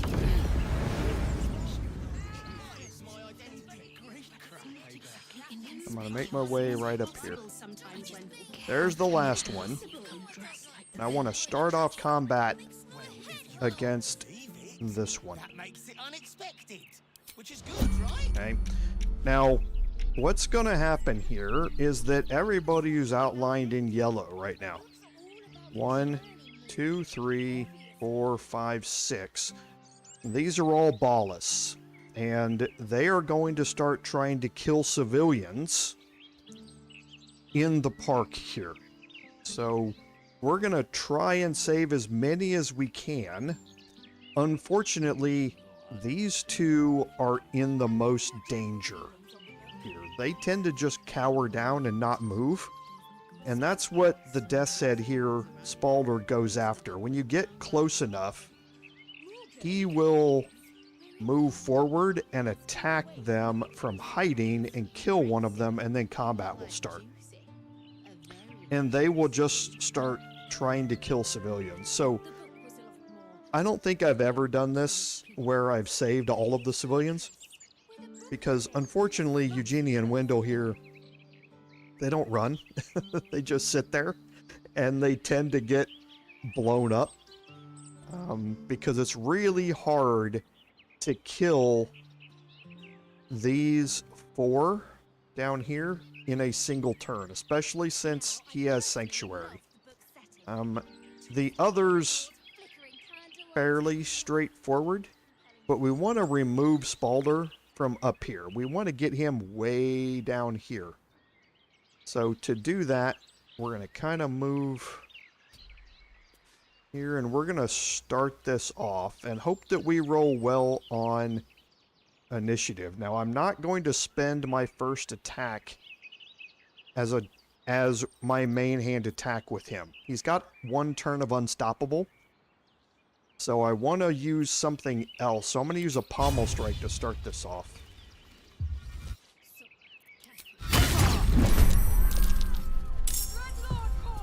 Okay, so I got a surprise round out of it. Now again, like I said, I want to get Baldur down here. Easiest way for me to do that is with a Mobile Flourish.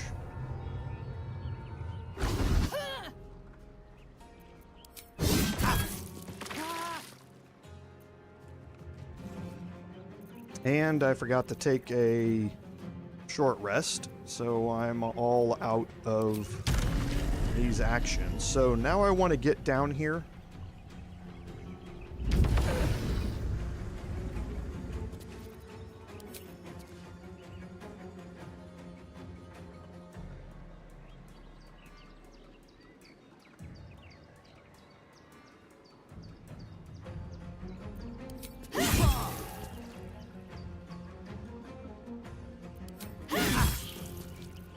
And now I'm going to bring everybody else here into combat. So Syrian and the Death Set are going to go next. Okay. So these are surprised, but after my turn ends, they're going to be in front of me in the initiative order. So let's start working on them. And you have to watch out because these 2 are still patrolling around. So even though we're in combat down here, they're still walking around.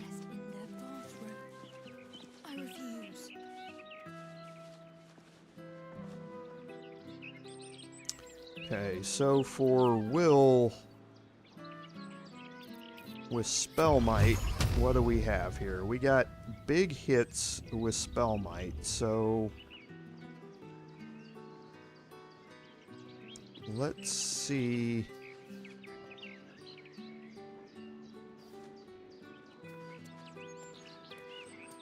I'm gonna go into turn-based mode here because I don't want them to continue towards me.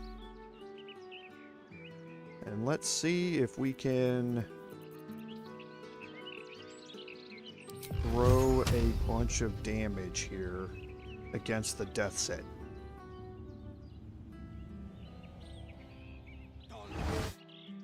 A crit, very nice. That was massive.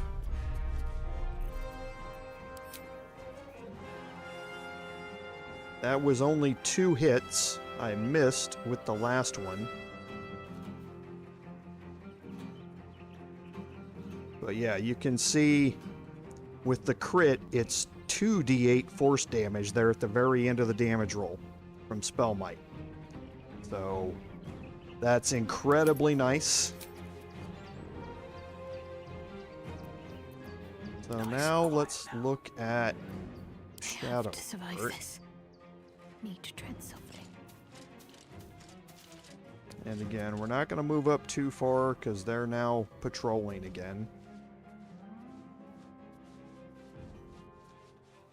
And that's what makes Spellmite so nice, David, is that because he crits so much, he crits on a 15 and above, it's not just adding 1d8 damage, it's adding 2d8 damage, which is just incredibly nice. So now we want to see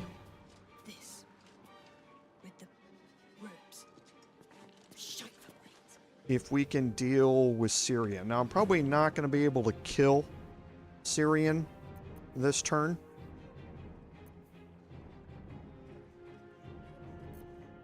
Come on. But let's see if I have any movement left. I do. So at least if Syrian decides to move next turn, I'll get an attack of opportunity here. Because remember, she has 3 turns of unstoppable right now. So the chances of me being able to damage her are really, really slim. So I don't want to waste anything big targeting her right now. Out of sight, out of mind. So let's go to Kurz, because Kurz is going to remove that unstoppable from her.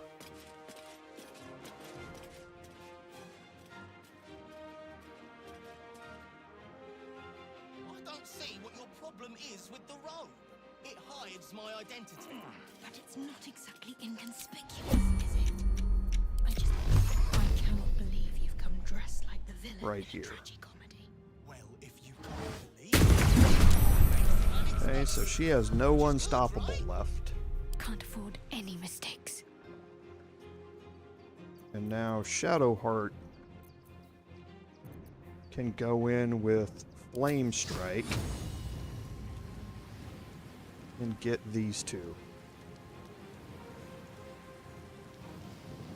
And not get me.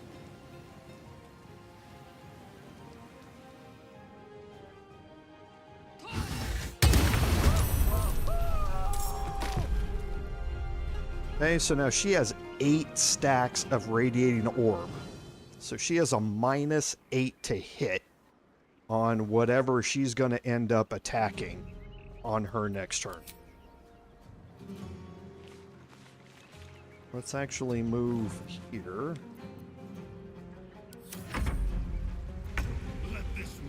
Let's bring out Spiritual Weapon.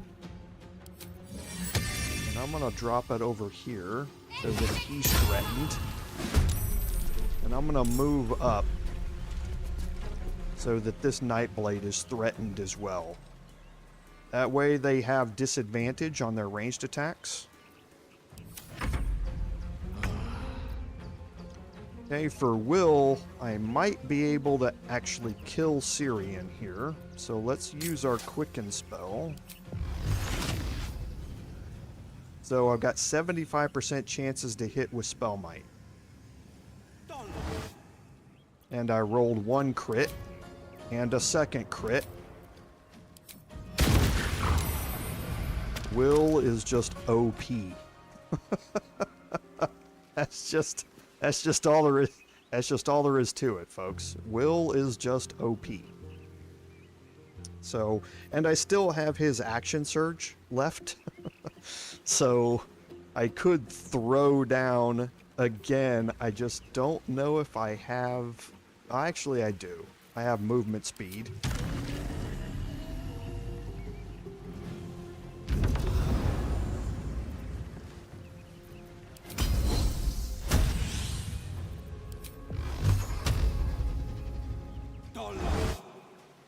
Not a crit, not a crit, not a crit.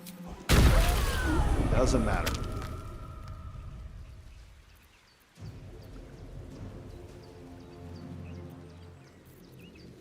No choice but to keep going. Okay, now for me, I'm just gonna jump down here with Kurz and make my way back here toward These boots have seen everything. the Reaper.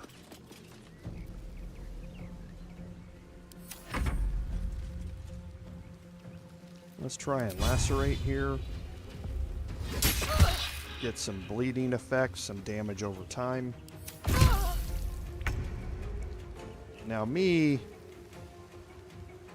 I want to move in here. Again, the Reaper has Sanctuary, so I can't target him directly, and that means with anything.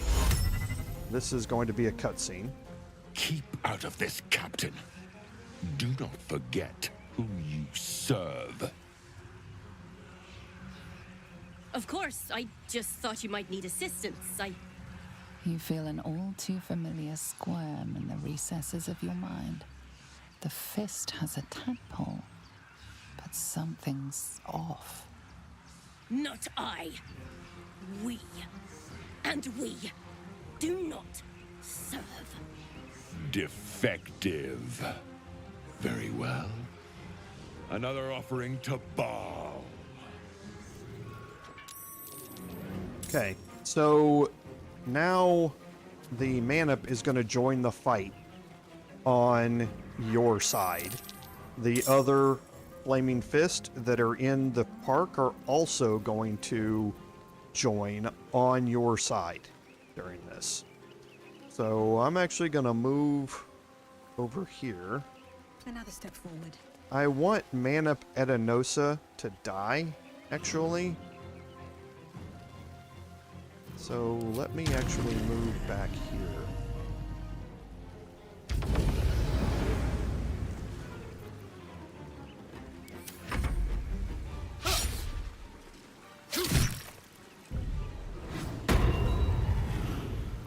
Okay, he failed the saving throw against my see invisibility. So I'm not going to really do a whole lot here. I don't want to interrupt his ability to hit Manup Edenosa. I want him to kill her, so I'm just going to skip turns here. Will I'm not, because I want to get rid of the Nightblade over here. 2 steps at a time.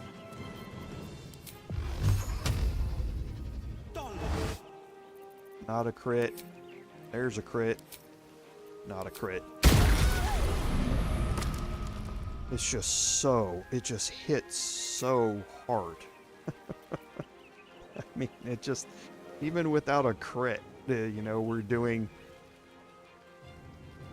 yeah, we rolled a 1 on 1d4 force damage from that too, and we still did 17 damage with that hit. Time to push my luck again. Okay, and I'm going to kind of move back a little bit.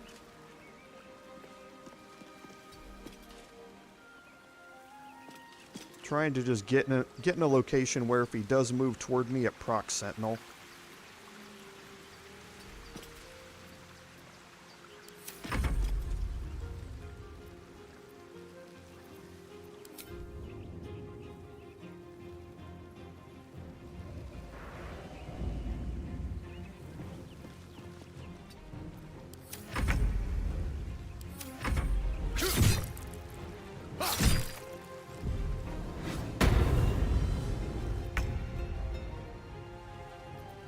Okay, so we'll just end our turns here.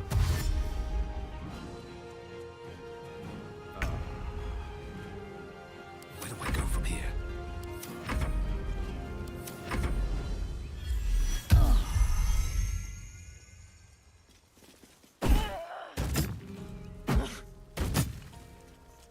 Nice positioning there. Your throw hit the statue.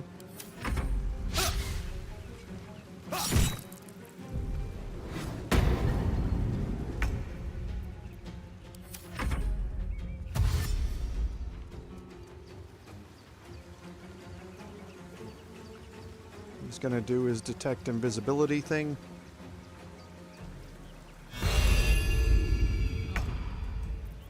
Never a dull moment.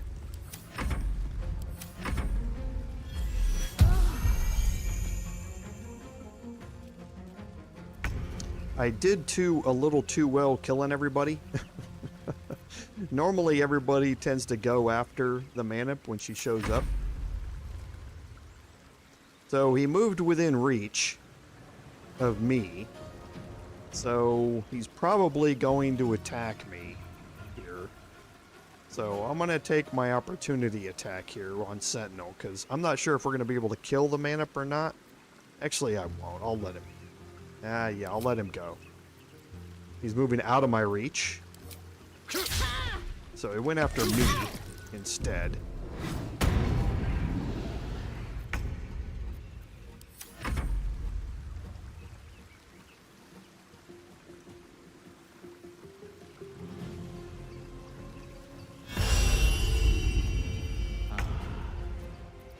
Well, so much for I would peace. really like for the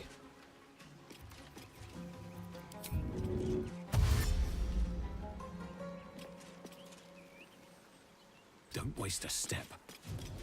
for the mana to die, but I'm not entirely sure we're going to be able to get that to happen.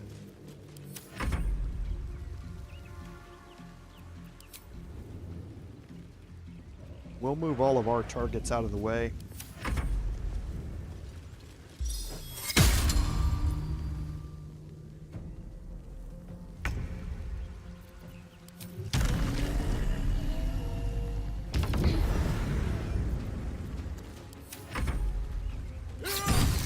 Okay, there we go.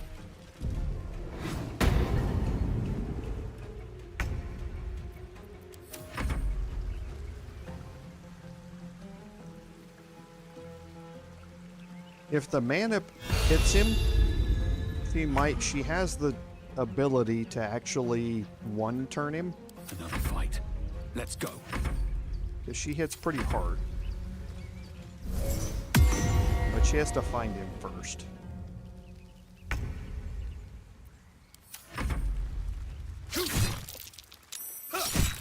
There we go. Now I can get rid of him.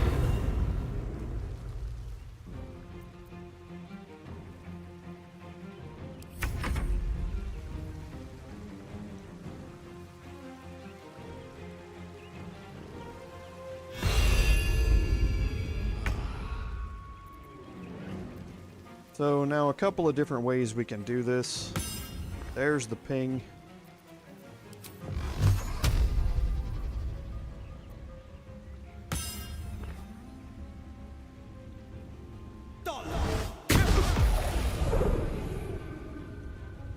Okay, so there he is. Curs. Survival is all that matters.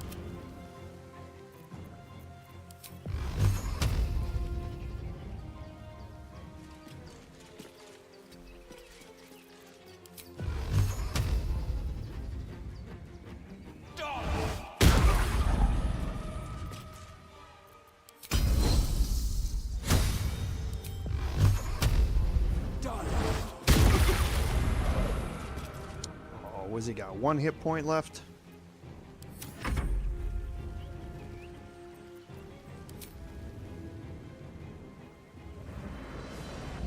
Maybe our spiritual weapon can get a kill. What do you know? Alright. Now the Manip is dead, but she's marked as Someone raised the... You feel a familiar squirm deep in your mind. She has a tadpole, but something grasps at it. Something powerful. Quick. Must be quick. This mind is small. Fragile as an egg. Listen now. You know us. Absolute will. Absolute power. Not much time left.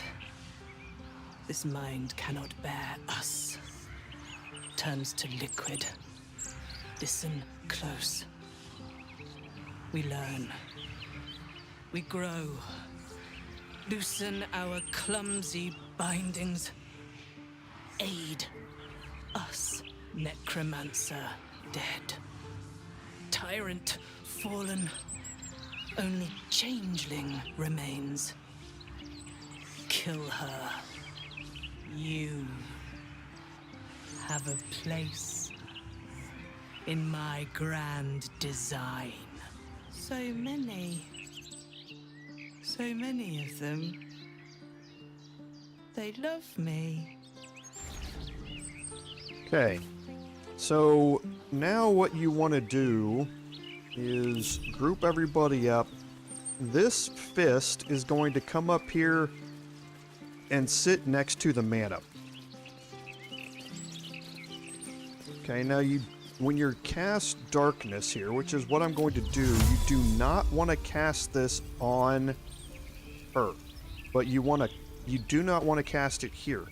She'll get angry with you, and you'll have the whole conversation about doing bad things, and you want to talk your way out of it. But you want to cast darkness so it overlaps the body of the manip.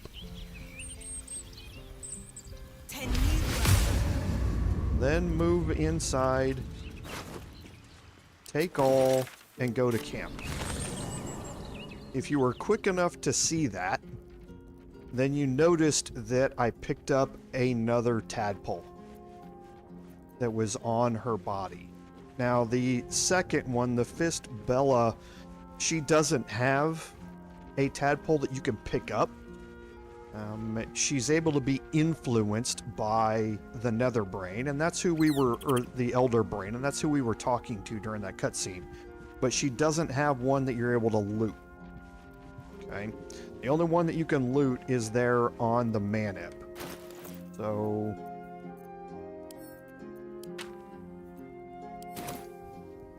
you want to fast travel out, because even in darkness, what will happen is the fist will approach you, and you will be... Whoops. No. And you will be interrogated by them, and you'll have to pass that whole "there's been a theft," pass the persuasion check thing, and you just don't want to have to deal with it. So now once we go in here, it's like nothing ever happened.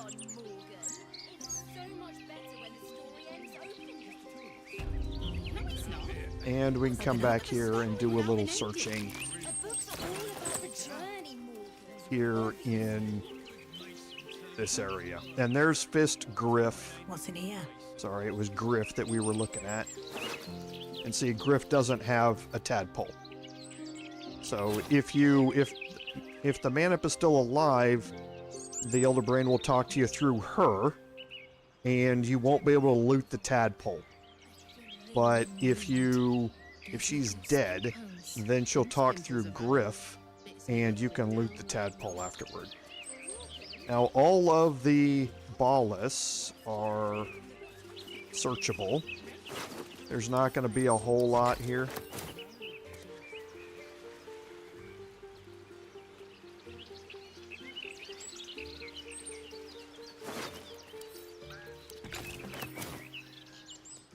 But down here on these three, you will find the standard Bhaal items.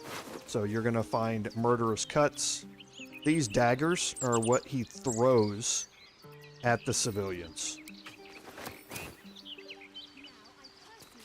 The sinister hooded man has more daggers that they throw at civilians. And then Syrian again has a murderous cut and more daggers. Okay. And that will open up the Bloomridge Park area here of the map. Okay. Now, we do have a couple more things up here to open up, and we're going to go do that, but right now we want to go get into another fight. And that's down here at Felogyr's Fireworks. So we're going to go to the Heapside Strand. And we are definitely going to take a short rest. Where are we with action economy? We're not too bad. Interesting times. With haste. And this is Felogyr's Fireworks here. Now we have a quest journal for this, investigate the suspicious toys, which we got in Rivington when we talked to Arthur at his house. Pipes are looking a little rusty. Okay, and here's Avery Sonshal. Faces, hands, and eyebrows. How do we protect them? Watch for wind direction. Put on your gloves. And a light at arm's length. Very good. And what does Uncle Felogyr always say? Once it's lit, you commit. Excellent! Now remember, Felogyr's Fireworks accepts no liability for singed nails, toasted eyelashes, loss of limbs, scalded torsos, or blown off heads. Now, you there. What can I do for you?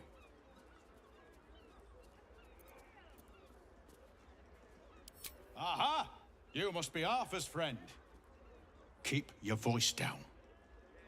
Yes, yes, he's just upstairs, but only one flight. If you get to the top, you've gone too far. Browse as irresponsibly as you like. Just don't tell the other customers. Okay, we're going to talk to Avery again. Have you tried the Lanternese candles? Or perhaps the delicate simplicity of a perfectly crafted torch is more to your taste? Of course. Browse responsibly now. Okay, so here you're going to find all manner of explosive goodness. Okay, you have pop drakes, squidgens, and woglums, and all of them do the same thing.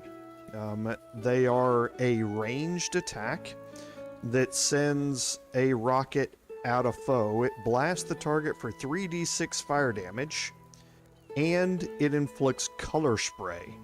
Color spray we haven't used very much. It's a level 1 spell, but color spray has anyone who's inflicted by it has disadvantage on attack rolls, and the range of their attacks and spells is reduced to 3 meters because they're blinded, and attacks against blinded creatures have advantage. That makes these actually really, really useful because color spray is a melee range spell. It goes out in a 45 degree cone in front of you for a small range. This allows you to inflict color spray on an individual from range. So they're actually a lot more useful than you might initially think of them, simply because blinding enemies at range is very, very useful. So don't skip out on these. You don't necessarily have to buy them. You're going to be able to pick up a bunch of them here inside the building. And remember, we had a bunch of them that you find in Arthur's basement, a bunch of woglums that you can find in Arthur's basement. So if you're really interested in this, you don't have to necessarily buy them from him. He's also going to smoke powder arrows, which are incredibly good. Always stock up on as many of these as you can. They're just way too useful. And smoke powder bombs. Obviously, your throwing action AOE when you don't have anything else type of thing. And they're very, very good at knocking invisible characters out of their invisibility and breaking concentration. So a bunch of good stuff here from Avery that you don't want to miss out on. He's also got all of the black dyes, it looks like. So he's got black and furnace red, which is nice too. Remember, once it's lit, you commit. And if it's not a firework, do whatever you like. Okay, so now one thing you're going to notice is that there's boxes of fireworks out here. Okay, the boxes of fireworks are exactly what they sound like. They weigh 26 kilos. Here, I'm in the metric system on this. But they do 8d6 fire damage and inflict color spray on anybody in the AoE damage radius. So these are a way to cheese a bunch of fights. You can get into position through invisibility or something like that and drop a bunch of these on the ground. Remember, you can heavily overload one character, keep them back, take your invisible character right up next to the boss, open up, go into turn-based mode, open up your group inventory, and transfer all of these over to your other character, and then it doesn't take an action to drop things on the ground. So it's an easy way to cause a lot of damage like you do with smoke powder barrels against boss targets. So you want to come back and loot these after the fact, just not right now. Let's see what this does. Okay, we've been given permission to go upstairs. But like he said, just one flight. Another friend of Felogyr? All right. Just remember the top floor's off limits, password or not. Looking to buy a little something extra then? That could not be less of your business. Smoke powder in its earthier forms. For purists only. And here we're going to have much of the same, except we're also going to add in poisons. You're going to have drow poison and the crawler mucus, which is amazing. Crawler mucus allows you to coat your weapon with poison. They must succeed a Constitution saving throw or become paralyzed and poisoned for 10 turns. Now, they get to continuously make a Constitution saving throw against the paralyzed effect, but crawler mucus is a great way to paralyze targets and remove them from a round or from the fight for extended periods of time. So always pick up crawler mucus when you find it. It's just way too good. They also have poison spheres and fire amber for sale normally. The nausea spore grenades is something that's typical for her. It gives nauseous fumes in an AoE area. That just means that you take poison damage each turn, and you get, if you pass a saving throw,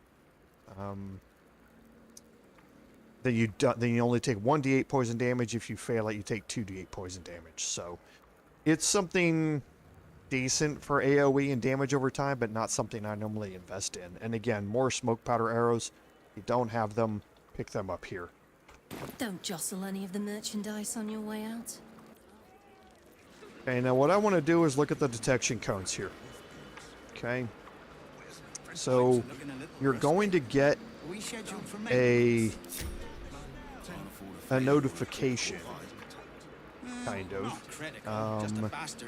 when you pass Felogyr Mave.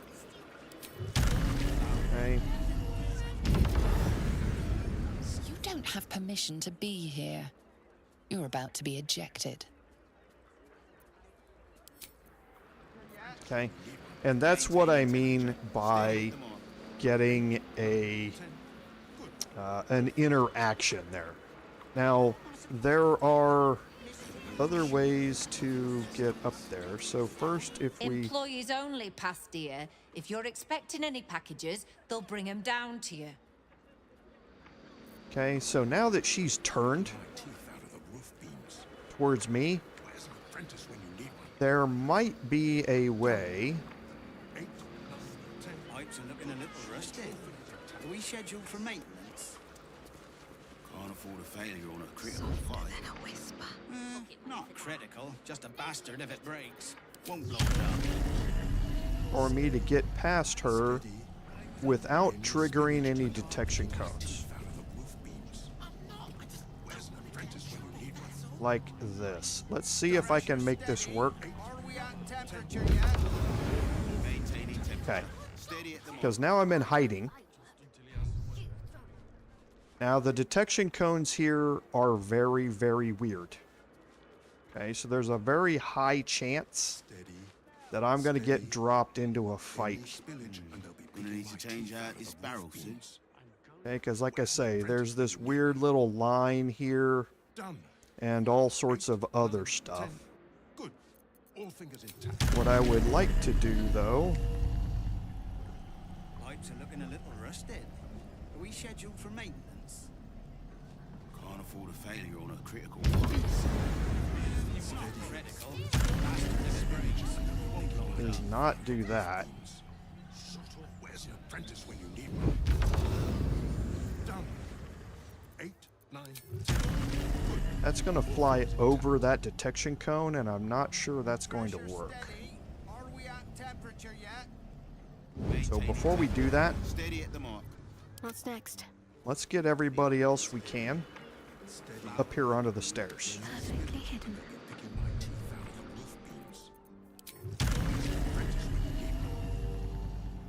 Gonna need to change out this barrel soon. Good. All fingers intact.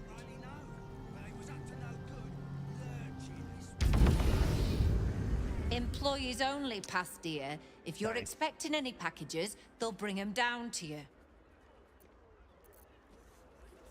Can't afford a failure on a critical pipe. Not critical, just a bastard if it breaks. Won't blow us up. Let me turn her around. You do know that Uncle Felogyr... On I go.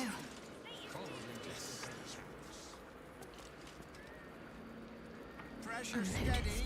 Are we at temperature yet? Maintaining temperature. Steady at the mark. Steady. Any spillage.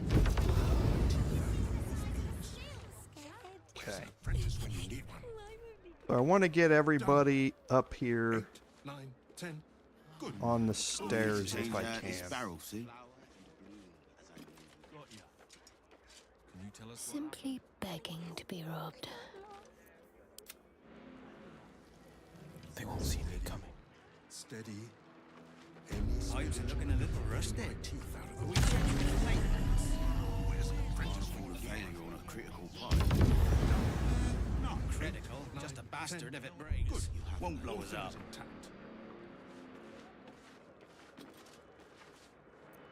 Now, Kurz is the worst because I don't need any he attention can't right fly. Pressure steady. Are we at temperature yet? So if I can't get a jump over this thing, then it's not going to work. And this probably is not going to work, but we'll see. Need to change out this barrel soon. Oh, it did. Okay, nice. Alright, so now let's see if I can fly up here. I would like to fly up to the top up here, but I'm going to cross this detection cone. I don't know if that's going to trigger combat or not. Won't blow us up. It did. That's kind of what I expected. Not a big deal. Because I wanted to have this fight anyway. Where do I go from here? Just wanted to have it on my terms. Okay, so the first thing I'm going to do is... The Fist of Bane here is in a precarious situation, to say the least.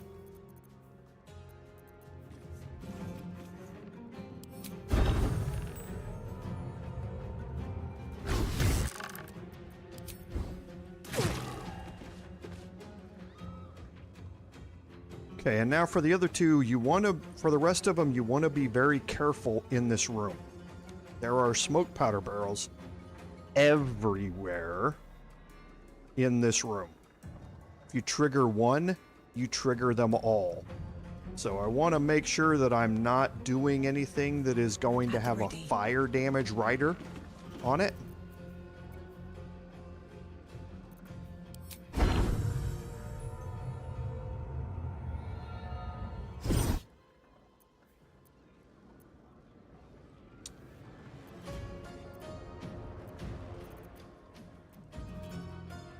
$43.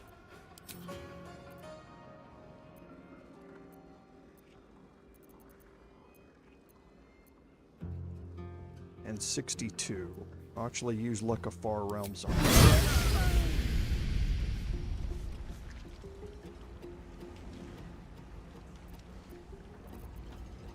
I'm gonna bring out Hex again.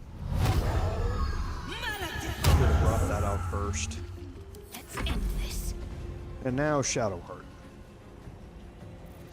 So again, with Shadowheart, we can move around a lot here. But again, you want to be very careful with your AoE spells with Shadowheart.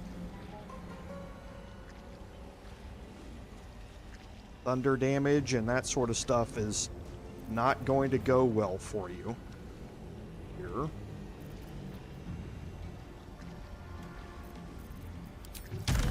But I definitely want to get her up the stairs.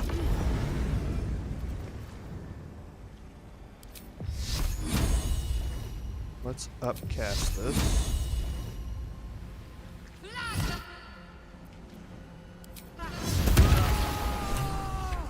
Perfect.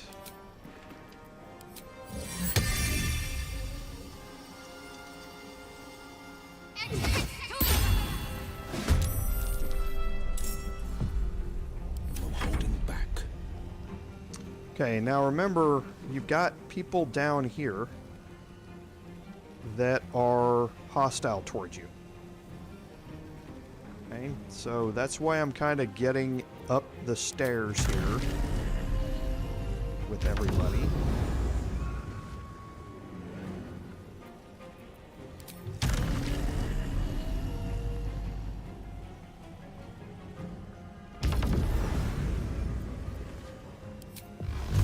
And only a 35% chance to hit him with Spell Might, but a 95% chance to hit here.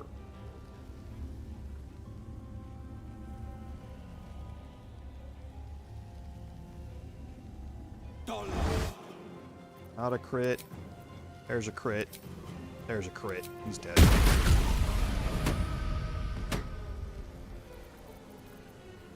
Okay, I would like to get Will over here to get rid of their Thumbbolt. I'm not going to be able to get rid of them.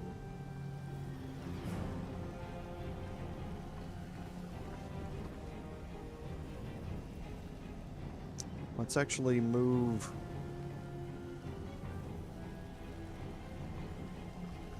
Would be a dangerous spot for Will. Trying to think of the best placement for him.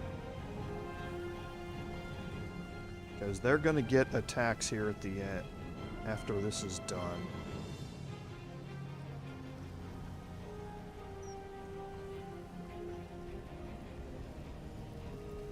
I think I'll just move Will here.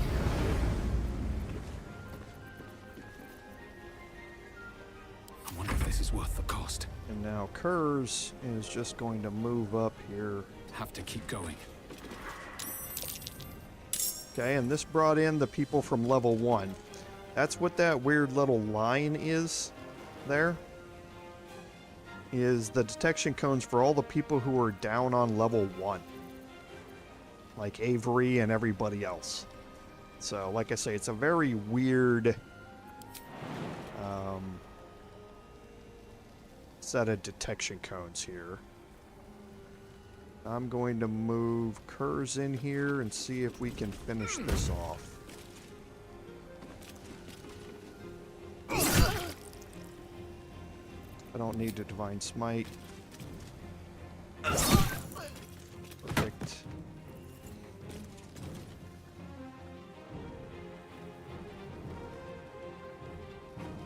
So before we do this, let's see. We still have a bunch of movement with Shadowheart. Let's move Shadowheart over here. I want these two to stay in this room.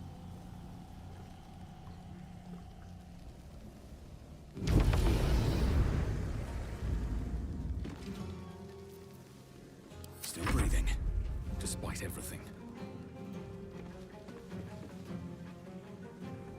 And This is Will, my time. he's got some movement left as well. Now that Shadowheart's in there, I feel much safer moving him over here.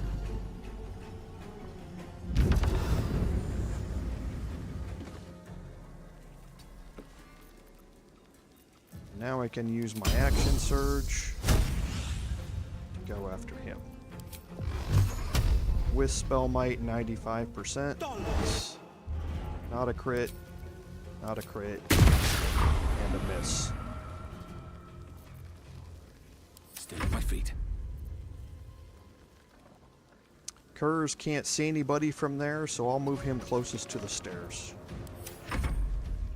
Everybody down on level 1 is just going to dash to get up to me.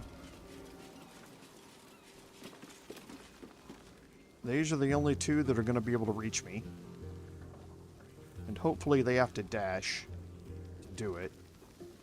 Oh no, don't bug. Okay. I actually do want to counterspell that.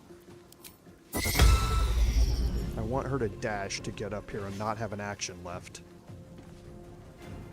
I forgot to save. I need to do a quick save after this. I forgot about the bug here. Okay, so she did it.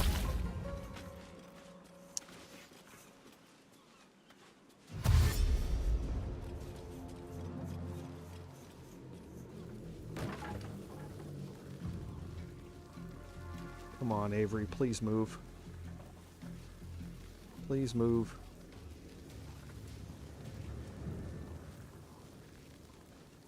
I don't think he's going to.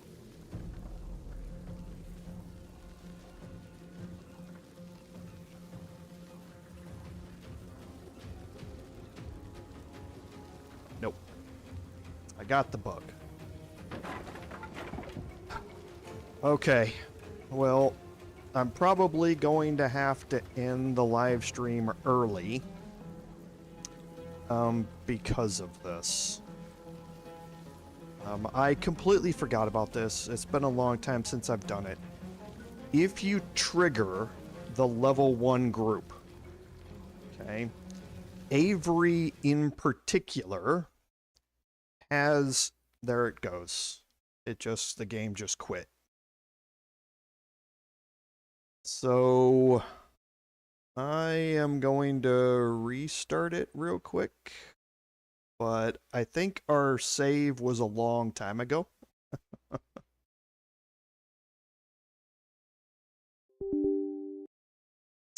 So let me restart it here and I'll see where we last saved. I think it was a really long time ago, though, like way down in the Bhaal Temple.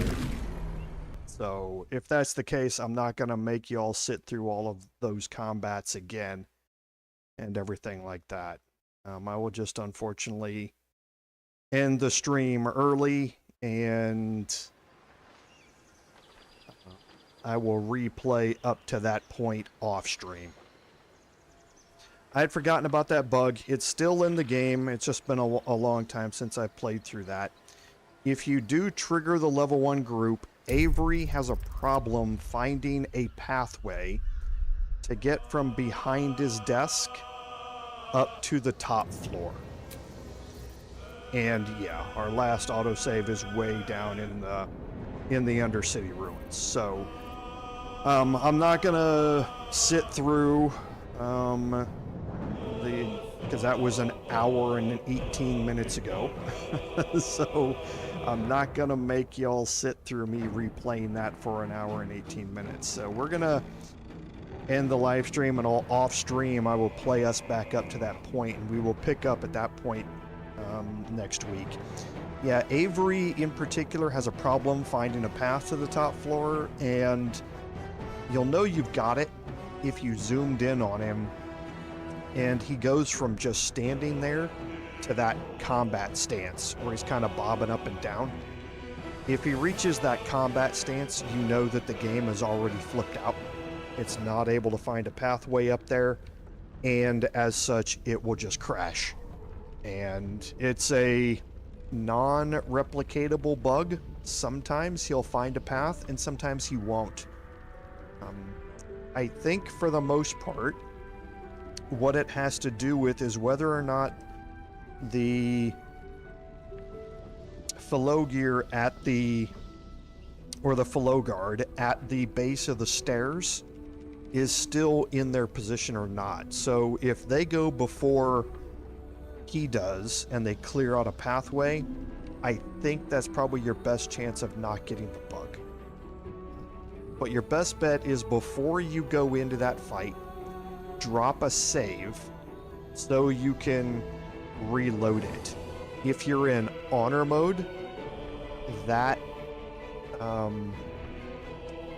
crash there will reset you back to the last time you saved. So if you're in honor mode, again, drop a quick save or a full save before you go into that fight. And if it crashes there, it won't bring you back into the same spot where you crashed. It will take you back to your last save. It will not save before that crash happens. So you can replay it that way and hopefully not get the bug. So yeah, sorry that happened. Yeah, David, it was going okay right up until she threw the alchemist fire and blew everything up, including herself, which I hate, because grabbing all those smoke powder barrels is a really nice thing to have. So the other way you can do that fight is if you do it from the middle floor instead of the top floor. And you take out the two on the middle floor first. The upper floors and the lower floor will all rush towards you. And that's a little safer than having the fight up there on the top floor where they can do just what they did and blow up the smoke powder barrels. So I think what I'll do is I'll play this off stream and I'll get us back to that point, and we might play it that way the next time. But either way, I'm going to try and get it so that we don't reproduce that bug. So sorry everyone that we're going to have to end the stream a little bit early, but as I said, I'm not going to make you sit through all of that again. So as always, thank you all for being here. I certainly appreciate it, and as always, without your support, none of this would be possible. This is Commander Jerval saying, until next time, fare thee well.